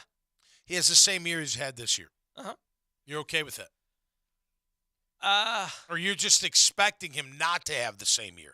That's the gamble. That's the gamble. That's part of the deal. Think you roll the dice a bit. Josh Allen's impact on what the Jaguars do on defense is worth the investment of the 4 years, $80 million. I think he's that kind of impact for them on the defensive side of the ball. It doesn't mean that I don't think he can do more. I think he can. Right. Right. And I think it's fair to expect him to be even better than he's been to this point. But I think the impact he currently has for the defense is worth that investment now, is the way that I look at it. Yep. And so if he gives me just that, okay, I think he's worth that. I think he can give you more than that. Well, I think he can too, but he's got to show it for me. I'll tell you this. I'll look at it this way. I'd be like, if he puts up the numbers we just said, 13, 14, 15 with 30 hits, give him $90 million. I don't care. You know what I mean? Give him $100 million. I could care less what you give him because that's what you need. If he's going to be that type of player, that disruptor that you can count on every game, you know what I mean? And the cavalry's there, too. I hear you, Heck yeah, man. Give him whatever. No doubt. We got gyms around the NFL coming up on the other side. I also saw from Warren Sharp an interesting little piece that he put together over the weekend talking about strength of schedule for teams around the league. And so we'll see where the Jags fall on that list. and what that might mean for them going into 2023 as we continue along. Tony Smith, Tom McManus, ET here with you on Jaguars Today on 1010XL. This is Jaguars Today from the Jacksonville Orthopedic Institute Studios. JOI, where the pros go. Does your home or building need painting? For over 20 years, Performance Painting has had the privilege of preserving many of Jacksonville's most prominent buildings. That said, we feel like we're just getting started. I'm Jason Parker, and our team thrives on preparing, protecting, and preserving the homes, businesses, and public buildings that make up our local landscape. Contact us today to put our years of experience to work for you. Performance Painting, prepare, protect, preserve. Performance Painting! Duck Duck Air Conditioning, a division of Duck Duck Rooter, is looking for experienced and dependable HVAC services technicians to join our growing team. Duck Duck Air Conditioning is committed to delivering the highest level of service to our customers. Successful candidates will be hardworking, dependable, possess strong problem-solving skills with at least 2 years of HVAC experience. Ready to get to work? Please visit our website at duckduckac.com and click on the careers page. We look forward to hearing from you. That's duckduckac.com. Duck Duck AC is an equal opportunity employer. Are you an electrician looking for better pay and benefits? Miller Electric Company has the industry-leading compensation package. Electricians are eligible for a signing bonus up to $1,000. Now, they're partnering with the Jaguars on their new performance facility, the Miller Electric Center. Miller Electric has opportunities for you to work on some of the most exciting projects right here in Jacksonville. Whether you're experienced or not, visit MillerCareers.com, an equal opportunity employer. That's MillerCareers.com. Are you drowning in credit card debt? Want to get cash out of your home's equity? Loan Pronto can now do it in less than a week. Hey, it's Prosser here, and that's right. Loan Pronto's Equity Express line of credit just got even faster. You can get $50,000, $100,000, or even $200,000 in as little as 5 days. And you don't even have to touch your primary mortgage, so you can keep that 3% rate intact. Just get the money you need and pay off all those credit cards, or get that home improvement project started. With this revolutionary program, you can access up to 90% of your home's value, and in most cases, there's no appraisal. Stop paying insane interest rates to the credit card companies and get tens or even hundreds of thousands in cash in as little as 5 days. Call Loan Pronto now for the even faster Equity Express line. 904-999-1508. LoanPronto.com or 904-999-1508. That's 904-999-1508. Equal housing lender, NMLS 1661781, subject to lender approval. Give us your hot take. Pop quiz, hot shot. On the 1010XL text line, designed by Lifetime Enclosures. You know what I'm saying? Well, I'm awake and I speak English, so yeah, I do know what you're saying. Be part of the conversation. 641-1010. This is Hayes Carline for the Mandarin Athletic Association. If you were looking at getting your child active in football or cheerleading this fall, you can't find a better place than MAA at Greenland Park. The Mandarin Athletic Association is one of the oldest and well-established youth sports organizations in Northeast Florida. Visit our website at mandarintigers.com for youth football and cheerleading registration. The deadline is approaching soon. Go to mandarintigers.com for more information. Get your child active this fall with the Mandarin Athletic Association. Want a low down payment and a low monthly payment on your next ride? Then you've got to go to Arlington Toyota Pre-Owned. Mia here. Right now, you can buy a pre-owned 2019 Toyota Corolla for just $1,000 down and $288 a month. Or you choose a pre-owned 2020 Camry, RAV4, or Tacoma for just $1,000 down and $388 a month. With over 400 used in stock plus more than 100 vehicles under $18,000, don't wait. 10939 Atlantic Boulevard and online at arlingtontoyota.com. Mark Watson with Hardball Creative. Youth sports are getting back into full swing, so you know what that means. Custom Yetis, so dads can keep their beer or sodas cold. Check them out at hardballcreative.com. Hardball Creative. Hardball does it all. Are you an experienced automotive technician and tired of working for employers who put profit over people? Then come to Action Transmission on Merrill Road and get trained on how to diagnose and rebuild today's complex transmissions. See how we're different. Get traction on your career and come to Action. Equal opportunity employer. Brian and Angela Wall here with Window World. You've heard us talk about it. Window World, the #1 window replacement company in the USA, selling over 1 million windows each year for the past 8 years. That's a lot of satisfied customers, and why J.D. Powers has awarded Window World Best in Customer Satisfaction 3 out of 4 years. Window World stands behind their slogan, simply the best for less. With Window World, you get top quality windows at a price that leaves more of your money in your bank account, and you get the absolute best guarantee there is in the window replacement industry. When compared to our competition, there is none. See for yourself. Call the competition. Get quotes from them. But before you buy, get Window World's free estimate and compare the quality of the windows and the price. You'll see. And when your new Window World windows are installed and they're saving you money on your energy bills, if anything goes wrong with those windows, Window World and I will be there to make it right. That's my guarantee. Call Window World today. Start saving money on your new windows and your energy bills, and take vacation with your savings. Window World, online at windowworldneflorida.com. Window World, simply the best for less. Thank you for your business. Window World also offers energy-efficient doors and siding. 1010XL takes you behind the microphone. You're calling the station psychiatrist when you're supposed to be working? Dan Hicken and Jeff Prosser. You know what psychiatry costs? The Drill. Anyway, this guy is helping me. Mornings on 1010XL. Jaguars Today on 1010XL 92.5 FM.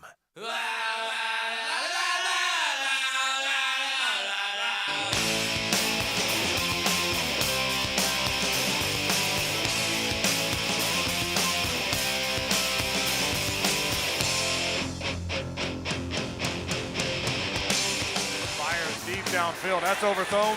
Is it picked off again? Did Andre Cisco get his 2 feet down? Yes, he did. Another interception, this time at the 35-yard line of the Colts. Jaguars Today on 1010XL 92.5 FM. Little Offspring coming back from the break here. Man. I believe that's self-esteem that I hear. You so right. That's right. Me and E are hooking up later tonight. Sharks game. Monday night game, baby. Yeah. Big game tonight. This seems like an arena football type of song to me. Oh, totally. Yeah. You know, it seems like an arena kind of song. Yeah. Rocking.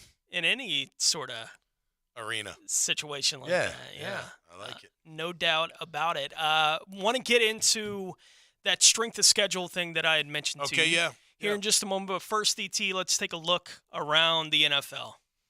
Now, gems around the NFL, brought to you by Beach's Jewelry and Pawn in Jax Beach.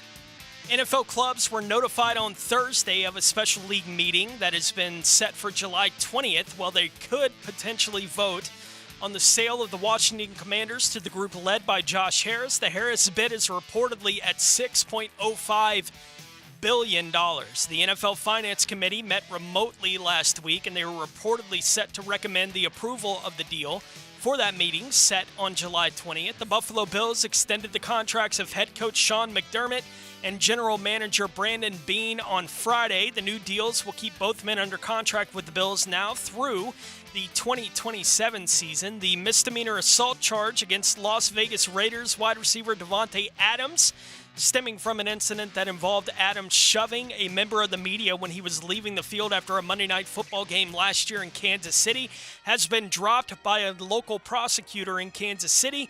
There is still a civil case pending in which Ryan Zeppeli, the alleged victim in the incident, is suing Davante Adams, the Las Vegas Raiders, the Kansas City Chiefs, and others for the incident that resulted in whiplash, a headache, and a possible minor concussion for Zeppeli. When everything is said and done. So we'll see how that whole thing works out. Do want to mention a couple of little kind of birthday notes that I saw as well. Happy 48th birthday to Stacey Mack. Oh, yeah, all right. The first kind of vulture here in Jacksonville, who stole all those goal line carries from Fred Taylor. Good goal line back. Right? Big I think dude. he had 9 in back-to-back years in 2000 and Yep. 2001. Yeah, he was good. Did Stacey Mack. It is also the 43rd birthday today of Michael Vick. Oh, wow. No kidding. Who, was lightning. Oh, right? Like, just unbelievable when he came into the league to be able to watch him play, and the Michael Vick experience deal, right? Yep. Like, that was a commercial. Ron Mexico. Right, the Ron Mexico thing on top of it. Like, Michael Vick has been... he's been all over the place. He's been all over the place. Last played in 2015. He was 35 at the time. Oh, wow. Michael Vick, is almost 3 years younger than Tom Brady. Wow. Who turns 46 years old in August. Okay. Right? Like, it just struck me. I was like, my gosh. Yeah. Is that real? Like, Vic was incredible. Tom Brady played till he was 45 years old. That's nuts. That's my nuts. gosh. He kept him clean. He didn't have to run around like Michael. No. Michael could sling it, though. He could flick it with a wrist. He had a cannon. Oh, my gosh. I remember hearing a story. I got to check it. I think it was him where he was growing up. He would throw the ball over the building, and his friends would wait for it. Like, he'd be on one side of the building. Maybe it was in the projects, and his friends would be on the other side. Seems like a Mike Vick story, right? There are those guys, like those special athletes who create those kind of stories. Let's play 500. Right? Like, you hear those kind of stories with a guy like Vick. You'll hear them with a guy like Randy Moss. Yeah. You know, growing up there, and Bo Jackson. Yeah. Maybe the king of all of them. Yep. Right? Like, there are stories about, I saw Bo Jackson hit a baseball 600 feet. You know, like that kind of thing. Like, you get those kind of stories with these very special athletes, right, that come around once in a while. You just don't see them much. Randy Moss feels like the type of athlete that you ask him to do anything athletic, he will excel at it quickly. Yeah, no doubt. Right? Like, here, swing a golf club. It'll take me a second, but I'll figure it out. Yeah. You know, like, he just feels like one of those types of guys. Yeah. You know who else is like that? Who? Calvin Johnson. Oh, Calvin, Like, I can believe it. Anything that he did, he was good at. Bowling, golf, basketball, obviously football, but anything he did, he was good at it. Calvin Johnson said, you know what? Megatron. I'm going to go be a Hall of Fame player playing college for a triple option offense. Watch me. Right. Yeah, right. No Right. kidding. Right. No kidding. Yeah, he was a beast. They had, they were producing a few of those at Georgia Tech for a couple of Demarius Thomas is a Georgia Tech guy. That's right. Right? Like, it was, and it's, y'all don't throw the ball. How are you getting guys that can play at this kind of level? It's more like, why are y'all going to that school when they don't throw the ball? No, right. Like, can you imagine Calvin Johnson in one of, like, the premier college offenses? Yeah. Georgia. Kidding. Right. Can you imagine him at that time playing, you know, for, like, Florida, you know, that kind of thing? It'd be like, oh, my gosh. What are you going to do with that guy? You know, the ones that whip it all around the place. Oh, my gosh. You know? But no, it's Georgia Tech. Yeah. Where he might get 7 targets a game. Yeah, right. Might. Yeah. Right? But those 7 targets, I was watching, you know, we had the Randy Moss thing that came up last week. So I was going through and watching the highlights of his year when he was there at Marshall. And one of them was the bowl game against Ole Miss. And they had his touchdown from that game. It was like a clip in the article that I was reading. And I felt bad for the kid that was trying to cover him. Right? Because Randy had him by at least 1.5 foot. Yeah. Right? And Randy came off the line, didn't even do any. He just ran. Right. Right? And this kid just Put turned. his hand up. He was just going as hard as he could. It's like he's no chance. Yeah. Right? Like, and when he lined up against Randy, you know, you got to be thinking in your head, this ain't going to work. No. Right? Where's the safety? Please. I hope somebody. Listen, his rookie year, he scorched us for 3 touchdowns up in Minnesota. I mean, it was just, they beat us 50-10. It was And he would just run down the field and be like, yo, throw me the ball. It was the scariest Just thing throw in the it up. NFL at that time. Yeah. Was whoever the Vikings quarterback was, whether it be Culpepper or Cunningham or whoever it happened to be at the time, right? When they would hit that back foot and just throw a ball as far as they could. They couldn't throw it far enough that Randy couldn't run under it. No doubt. He was an unreal weapon in the NFL. I mentioned the Warren Sharp at Sharp Football Analysis had put together the NFL strength of schedule deal. The Jags came in at number 12. Right. Okay. On the overall some list.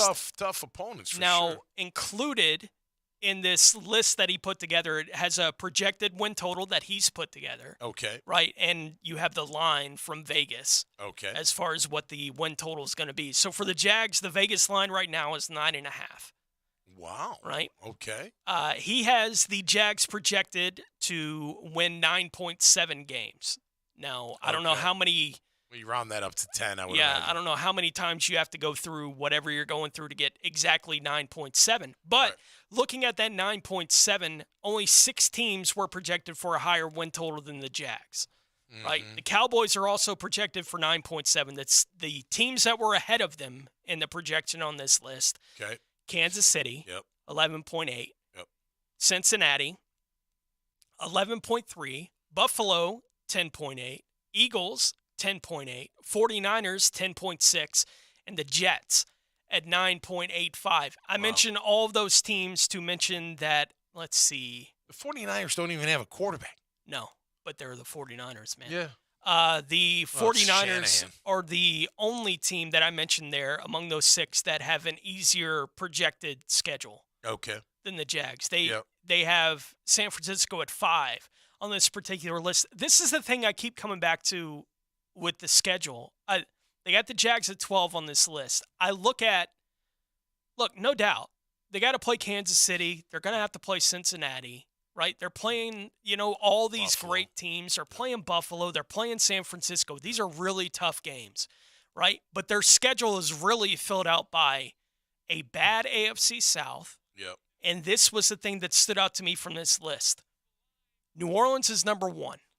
Atlanta is number 2. Carolina is number 4 on this list. Yep. The NFC South stinks. Yeah.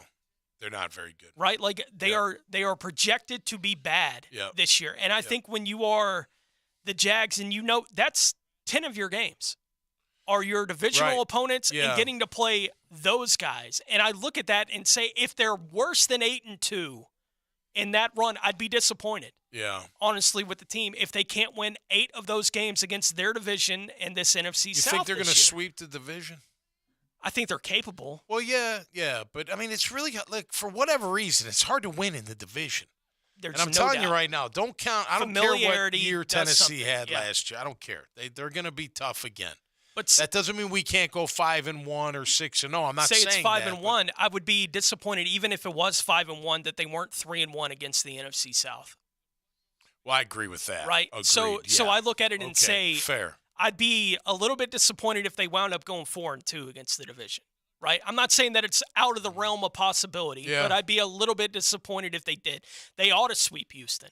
Well, you're going to be disappointed if they have 2 losses. You only have them losing 1 loss. But I think that they ought to sweep Houston. They ought to sweep Indianapolis. We'll see what happens against Tennessee. I'm with you. I think Tennessee is tougher than given credit for, right?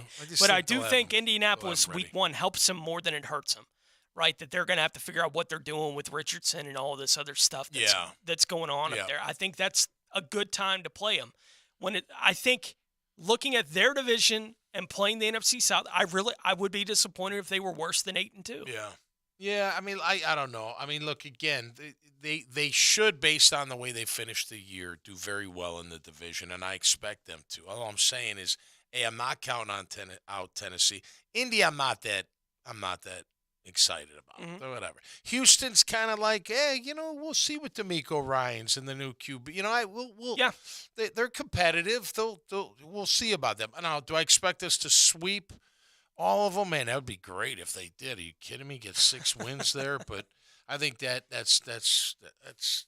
I don't want to say unrealistic because it can happen, but that's really high expectations. I would take 5. I would take 4-2 in the division. As long as we're leading the division, of course. Yeah, and I think 4-2 will be enough to lead this division. That's fine. You know what? Sometimes, listen, I know we want them to win every game, but sometimes those losses play value. Yeah. They do. It depends when they come, too. Yeah, I think there's a lot involved in it, right, Tommy? I mean, my expectations really are set for, I think this team is good enough this year with the schedule they have to be the 2 seed in the AFC. Right? Like, I think that they are capable of doing something like that, given their schedule. That doesn't mean that I'm saying I think they're the second best team in the AFC. Yeah. Because I don't think that going into the year. I do think Kansas City going into the year and Cincinnati and Buffalo, I think those teams are better than the Jaguars are right now. Buffalo we're pretty close to, but I agree with the other two. But I don't think that they have the schedule set up the way the Jaguars do. Okay. Right? Where they don't get to play the AFC South 6 times. Or the NFC South. And they don't get to play the NFC South. I think that creates an opportunity for the Jags to maybe be the 4th best team in the conference, but be the 2 seed in the playoffs when everything is set and host a divisional round game. Right? Like, I do think that's a real potential for the Jaguars this year. It's an opportunity.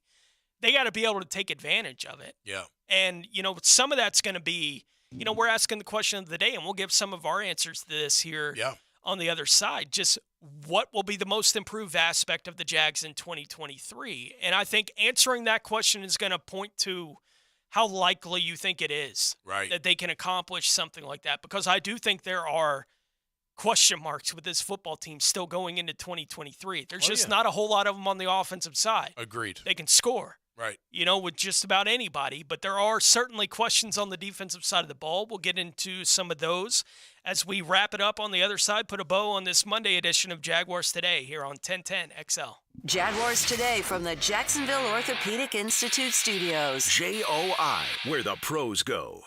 Are you suffering from shoulder pain?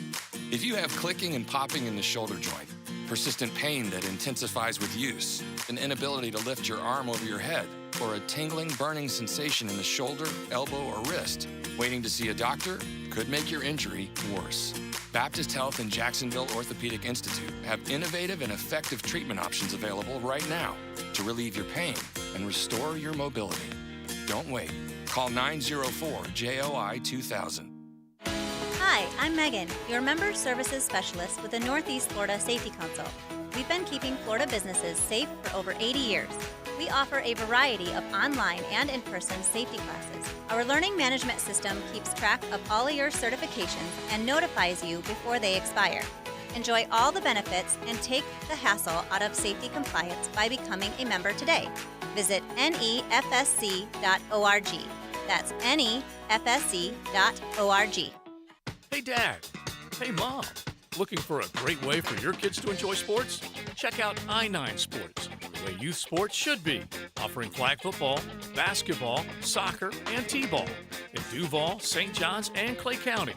You can play year-round, fall, winter, spring, and summer seasons with co-ed programs ages 3 to 17. Enter promo code 1010XL to receive $5 off registration. All the details are at i9sports.com. Did you know that many cooling companies are now part of big conglomerates with no connection to Northeast Florida? In the past, they have concentrated on heating and air conditioning, but after a buyout, many add plumbing and electrical services. This raises their overhead, and those costs are passed on to the consumer. It's a case where bigger isn't better, it's just more expensive. Not Mike Merritt's Heating and Air. Mike Merritt remains family-owned and operated. Merritt's focus has been the same for more than 30 years, keeping Northeast Florida comfortable, no matter what the weather. And there are no overtime or weekend surcharges. Mike Merritt's team does not work on commission. They repair only what needs repair and offer replacements only on what can't be fixed. And unlike at giant corporations where you can feel like just another number, with Mike Merritt, you'll feel like number one. Florida license CACO 50384.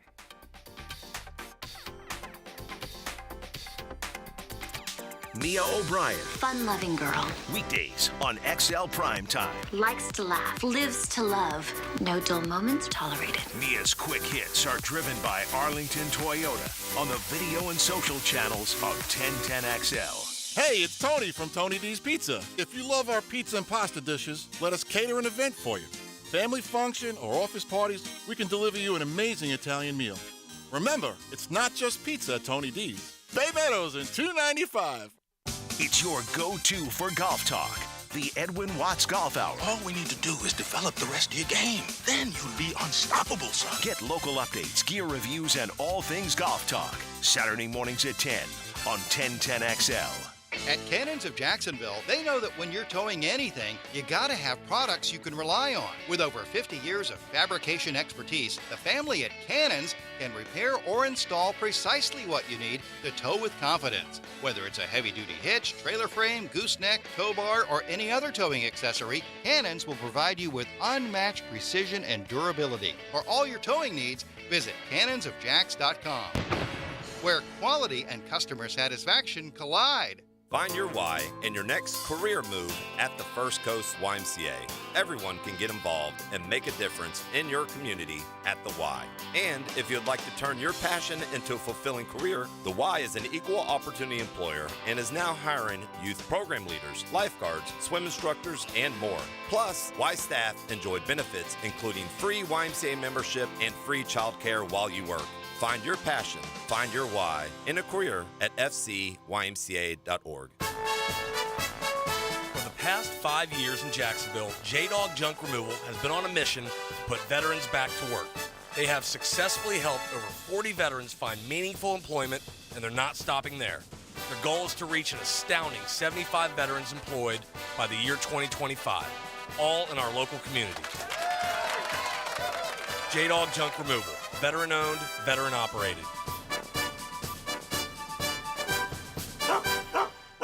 Oh boy, not again. Do you feel this way every time there's rain in the forecast? Amy Salt, owner of CrossFit Salt to Tear in the Riverside area, definitely did. I had major rain anxiety from all the water collecting outside my gym. That's why I'm so happy I reached out to Clearwater Drainage. John came out, designed a system that moved the water off of my property, and all my kettlebells are now dry. I'm sleeping so much better at night. Clearwater Irrigation. And drainage, too. ClearwaterJacks.com. I'm Peter, by the way. Doctor Strange. Oh, you're using your made-up names. Then I am Agent Gibbs. Destination? The Frangie Show. I got a really good feeling about this. Afternoons on 1010XL. Come on, let's take a drive. Jaguars Today on 1010XL. Play fake, drop and a throw. Herbert throws it out to the left side. That ball is picked off. It is tipped and then picked off by the Jaguars. To the 5-yard line. It was batted and then picked off. Devin Lloyd, another interception. And the Jags have it at the 5-yard line of the Chargers. Everything you need to know about the Jags. Jaguars Today on 1010XL. One more segment to go here on Jaguars Today. Tommy Mack in. He'll be back with us on Friday as well this week. Dempsey on assignment. ET here. I'm Tony Smith. Our question of the day today brought to you by Chad and Sandy Real Estate. What will be the most improved aspect of the Jaguars in 2023? Before we get to our answers to the question, let's go through some of the answers we got from the listeners out there this morning, Tommy. Okay. From Andrew, he said, because our offense will be top 5, teams will be passing more to stay in games. We will be top 5 in total interceptions this year. From Scott, the passing game, in his opinion, will be the most improved. With Trevor in his second year, same head coach, offensive coordinator combined with Ingram, Ridley should make for a potent offense. Agreed. From Travis, we will lead the league in turnovers forced. That's kind of in line with the interceptions there. From Ed, scoring/red zone offense, Ridley route running, Tank and T-Law's understanding of the offense will all contribute. From John, passing game, because we got Calvin Ridley, in case you forgot. From Big Will, I think the 3-4 pass coverage will get better. Teams took advantage of Devin Lloyd in coverage last year. I believe he has the talent to improve. This will allow the defense to get off the field. Overall, statistically, they will be a better defensive unit. From Baxter, this is getting into the weeds of it. I love this stuff. I'm still bearish on the defense, so I had to get creative for the offense. Jags middle of the pack last year in first quarter points per game. Year 2 for Trev and Doug, and a game changer in Ridley. I expect to be in the top 5 next year in that stat. And from Odie, getting off to an early start in games, taking the lead early and doing that often. That's something we've talked about a bunch, right? Yep. Like, I really don't have a bunch of questions on the offensive side of the ball. Can understand whatever level of question that you have with, look, Walker Little has never been the full-time starter at one of the tackle positions going into a year. Right? Yep. And he's going to be the starter somewhere. We were just discussing on the break, is the league ever going to let anybody know how long Cam Robinson's actually going to be suspended? Yeah, it seems kind of odd. Nothing has come out at all. Unless this appeal, maybe it's just Maybe there's more to it than we thought, and maybe it was going to be 6 and it really will wind up being something more like 2. Which would be great. I don't know exactly how that's going to look, and I don't know how Walker Little will react if it's a 2-game suspension instead of 6, right? As I've said, I want Walker Little to win the tackle job, right? I don't want it. It's going to be handed to him to start the year. I want whenever Cam Robinson is back for the team to be like, you know what, Cam, we'll find somewhere for you to play. But it's not going to be left tackle. Or whatever. Right. Yeah. You got to be happy with whatever role we're going to have for you. Look, prior to Cam's injury, he's playing really well. That's the only thing about that. You know what I mean? They both tackles they like played him really well. a lot, right? Like they were willing to franchise him twice and sign him to the extension on the second tag, right? Like the team really likes Cam Robinson. You hear teammates talking about him. He is kind of he's an attitude guy. Right? Like on the field, he's got that. He's the guy that's going to peel the guy off the pile. Yeah. You know, like he He's does kind that of an kind of enforcer stuff. type. Yeah. Which I love. You love all that kind of stuff with Cam. I still don't expect him to be here beyond this year, but if you have a question on offense, I think that's it. Yeah. Is what is the offensive line ultimately going to look like, right? With a rookie playing right tackle and Walker Little playing left tackle to start the year. Yep. You don't know who the left guard is right now. But I'm going to say it's Shatley. I mean, he's the one that performed last year at that position. Right. You know, everyone, thinks they need to upgrade him, but all he does is, again, that O-line as a whole was pretty good last year. It's pretty good. It was pretty good overall. I think for me, they've got to be better on third down on offense and defense. Offense, not too bad, just under 42% last year. Defense was 43%. That is not good. That's got to be better. I'd like to see that down about 10 points. Now, if you go to the fourth down, we're over 50% on offense. Mm-hmm. I like that. It's hard to be over 50% on third down, but if they're at 41.86 last year, I'd like to see that around 47%. On offense. And then on defense on fourth down, they're at 32%. That's more like it. Now, you do that on third down, that's 1 out of 3, right? Or 2 out of 3, you're getting off the field and giving the ball back to your offense. So, to me, that stat on both sides of the ball's got to be better. Mm-hmm. And if it is, they're gonna be just where they want to be. Well, and I think it speaks to, the fourth down number there, especially on the offensive side. I think it speaks to attitude. Yeah. Right? Doug Peterson comes in. He's a guy that's been willing to be aggressive. Yeah. On fourth down. He was among the first coaches in the NFL that was willing to be aggressive on fourth down. I can remember his last year in Philadelphia watching a game early in the season. They were on Sunday Night Football, the Eagles were. I think they were playing Dallas, but I can't remember exactly. But they scored the first touchdown of the game on the first drive of the game and went for 2. Right? Yep. And that 2-point conversion that they converted wound up being the difference in the game late. Right? It forced Dallas to be, or whoever they were playing to be, chasing points late in the game because they were willing to be aggressive early on in the game. Yeah. And I do think there is something to when your coach has that kind of attitude, it filters down. I agree. Right? Yeah. And when you have any kind of success doing it, which they did last year based on the number that you just saw there. Yeah. It's not like they were perfect on fourth down, but they were aggressive when they wanted to be aggressive. Yeah. And I do think that feeds an attitude for a football team. And that does feel like something that can carry over from year to year. Yeah. Right? Yeah, absolutely. Like you can build. Oh, no, I look, I'd rather be aggressive than not. I don't, I want to attack. I want to dictate. I want to make sure that I'm in control. But interesting enough, so Jags had 27 attempts last year on fourth down. Mm-hmm. Cleveland had the most at 42 attempts. And they made almost 55% of their attempts on fourth down. So not always an indicator that your team's going to, do great and be a playoff contender. But that's pretty aggressive. We were about, we had Arizona at 41 attempts. Detroit had 37 attempts. Then 32 from the Eagles, 31 from the Pack. 32 from the Eagles. Yeah. Wow, that team is. Yeah. Again, we were talking about how often they were playing with a lead. Right. They went for it on 32 fourth downs. Yeah. That is an aggressive I'm telling you, Tony, football team. I think that's part of the game today. Fourth down's part of it, Now, will it change, I wonder, with Brandon McManus again? Because there's going to be times we're going to be around the 50-yard line. It's 4th and 3. You know what I mean? Hey, I believe in my defense. If we go for it and we miss, they get the ball at the midfield, but I'm confident about my D. Or, you know what? Let's see if McManus can hit it from here and get us 3 points. Yeah. You know what I mean? So that'll be interesting how that plays out. But fourth down, I think, is part of the whole thing now. Yeah. I think you got to factor that one in. That is, you want to talk about the modern NFL.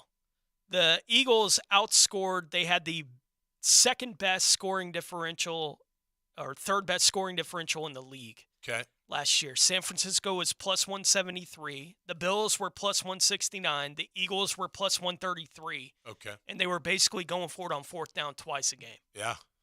With that point That's differential. aggressive. That's crazy, right? Yeah. Like if you want a picture, a snapshot of what is today's NFL compared to what it was. I'm watching the Giants and Broncos in that Super Bowl. That ain't happening. No. Right?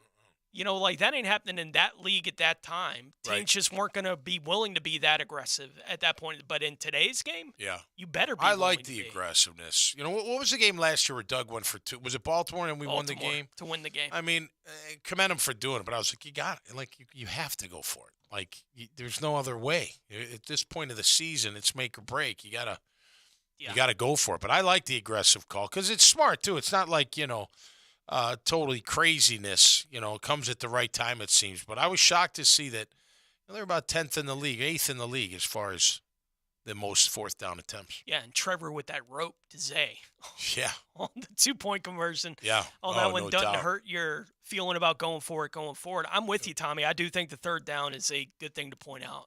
Something that they can clearly improve on. Get better on that, your record's better. Yeah. There's no doubt. And I say, look, we talked a lot about Devin Lloyd and coverage and that kind of thing today on the show. I do think that's the thing to me.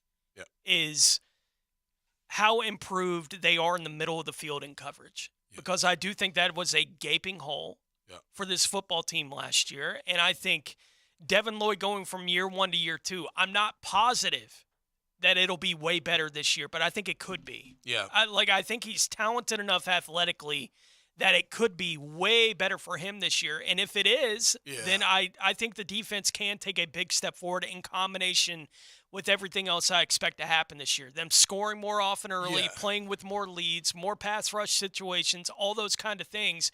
But you do nullify that to some degree if you still can't defend.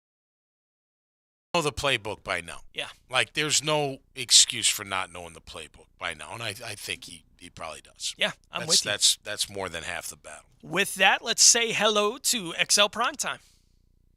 Now, the 2-minute drill, brought to you by Tire Outlet, keeping 1010XL on track with wholesale prices and premium service. Tire Outlet, Jacksonville's largest locally owned automotive repair shop.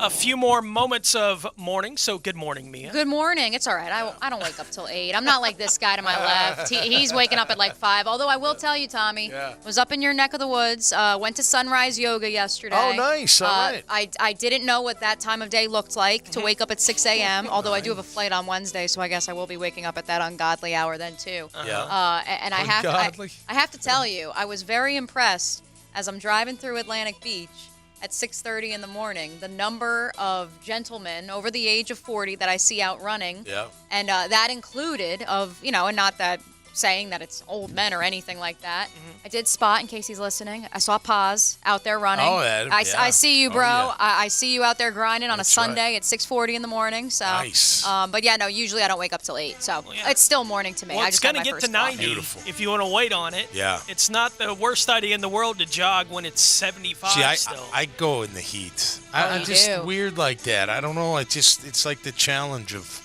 my almost preferred dying. No, I'm just kidding. Well, what has absolutely stunk the last few weeks because of that rainy weather we've been having is my preferred is we have our 3 or 4 o'clock rain.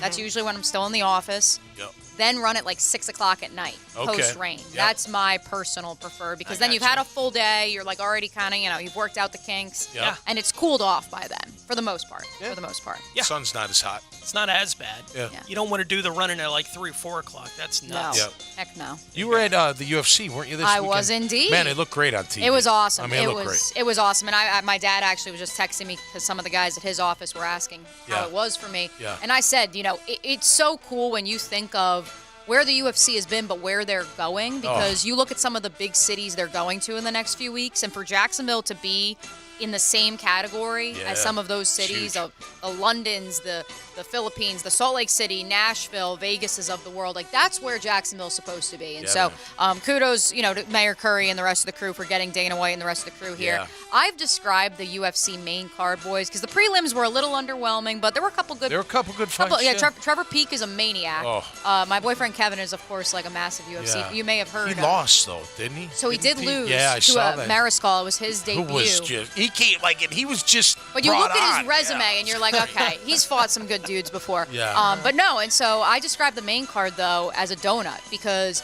The first 2 fights were so sweet. I mean, Onama's an up-and-coming guy. Yeah. He wins That by was a total nice knockout. knockout, yeah. Brandon Allen, the crowd was going nuts for him Yep. with the headgear. He's kind of he's from the South, and so he actually had some like family and friends in town, and so that was really cool. So did Trevor Peake. Yeah.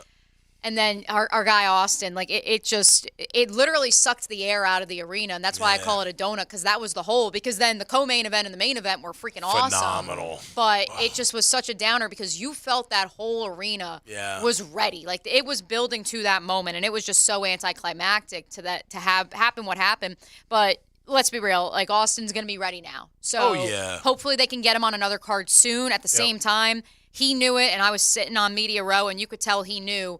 Wherever he fights, he will be ready, but he won't have that crowd. And so that's a bummer. But at the same time, hopefully it's in the domestic United States. And if he has to fight Tafa again, hopefully old Tafa has to take another transcontinental flight from New Zealand. And then hopefully he gets finished in less than a round and a half. No doubt. What do you got coming up on primetime today? Oh, well, our countdown of days to the Jaguars opener continues. We are in the 70s, boys. We are almost there. So our countdown will continue. We're also going to do a big Florida baseball preview. Obviously, Game 3, final game of the College World Series tonight. So we're going to dive headfirst into all the numbers, the storylines heading into that one against LSU. I'll ask you guys. And Tommy, Leon just, compared this to the Jags in 2000 when, they whipped up on the Dolphins in the playoffs. Okay. Could have used a couple of those points the next week against the Titans. Yeah, no doubt. You look at Florida, and they scored 24 runs last night. Unbelievable. And do you say, is that a byproduct of LSU throwing in the towel and saying, whatever, we'll throw some scrubs out there because we're already thinking about Monday night? Or do you say, Florida, save some room for later, like you still got a game on Monday? Yeah, that's interesting. It's funny, I didn't think baseball was that deep, like in the NFL. Most runs that have been scored you in a College World Series final, ever. Well, let's just hope they didn't shoot their wad, with 24 runs, and they don't have any. Hopefully that continues to go, but I think it's going to be a great game tonight. Yeah, it should be a great There'll be plenty of pressure on them to score. Oh, no doubt. Right? Because that story's been in the air for an entire day for that Florida baseball team as well. It's like you go 3-4 innings and don't have one across the plate yet. Yep. Everyone's going to be looking around saying, you wasted it all last night, right? Whether that's real or not, perception is reality. Yeah. And when you're playing for a championship, sometimes that monkey can jump on your back a little bit, that's how this stuff works. So score early if I'm the Gators. Yeah. Try to get And it guess going. what? And if you really want to make a statement and you really are this home run hitting team, start with the long ball. Oh, wouldn't that be If you great? can have a home run in the first or second inning, then yes, Ooh. I'm That's all putting gone. all my money on Florida because Yeah. you're going to Momentum, need that baby. momentum. All So, that talk evaporates immediately. right, if exactly. They can score Because early let's not forget. I mean, at the Chuck, and I believe it may be all time. Florida is now the all-time leader in home runs in the College World Series, only to be followed by this LSU team because they hit 8 so far in the preliminary before they got to the finals. So, I mean, both teams can hit some round trippers. So we'll see which one comes out on top, though. No doubt. All We'll be right. listening to XL Primetime coming up next noon to 3. Thank you, Mia. Beautiful. As, that'll do it for us, Tommy. We'll do it again on Friday. Yeah, but man, looking forward to it. Appreciate you coming Have a in for great the week. show today. So for Tom McManus, for ET, for a vacationing Mike Dempsey, I'm Tony Smith. We'll be back with you tomorrow. John Shipley's scheduled to join me for the show tomorrow here on Jaguars Today. XL Primetime coming up next here on 1010 XL. So guess what? 10-10 is popping, and there won't be no stopping. Bang, bang, bang. This is Jaguars Today from the Jacksonville Orthopedic Institute studios. JOI, where the pros go. Turn on the radio. In your car, 92.5 FM and 1010 AM. Would you like to drive for a while? In your house, at the beach, on your phone, at the gym, on vacation, out of town. Well, everyone knows that. Download our free 1010XL app for all smart devices. Did you know the 2023 Honda CR-V Hybrid never needs to be plugged in? The onboard system charges the batteries for you. When you think Honda, think hybrid. Good for the environment, great for your budget. Visit your local Honda dealer to experience the CR-V of the future today. 'Tis the season to be cool. Florida Home AC wants to make sure you're not cooked like a Christmas goose this summer. Make sure your AC unit is ready for the heat, and if it's time to look at replacement, look for quality and value. You'll get that from Florida Home AC. And right now, take advantage of $1,750 off a brand new heating and AC unit. Log on to FloridaHomeAC.com for all the details and trust a company that will always keep you cool. Florida Home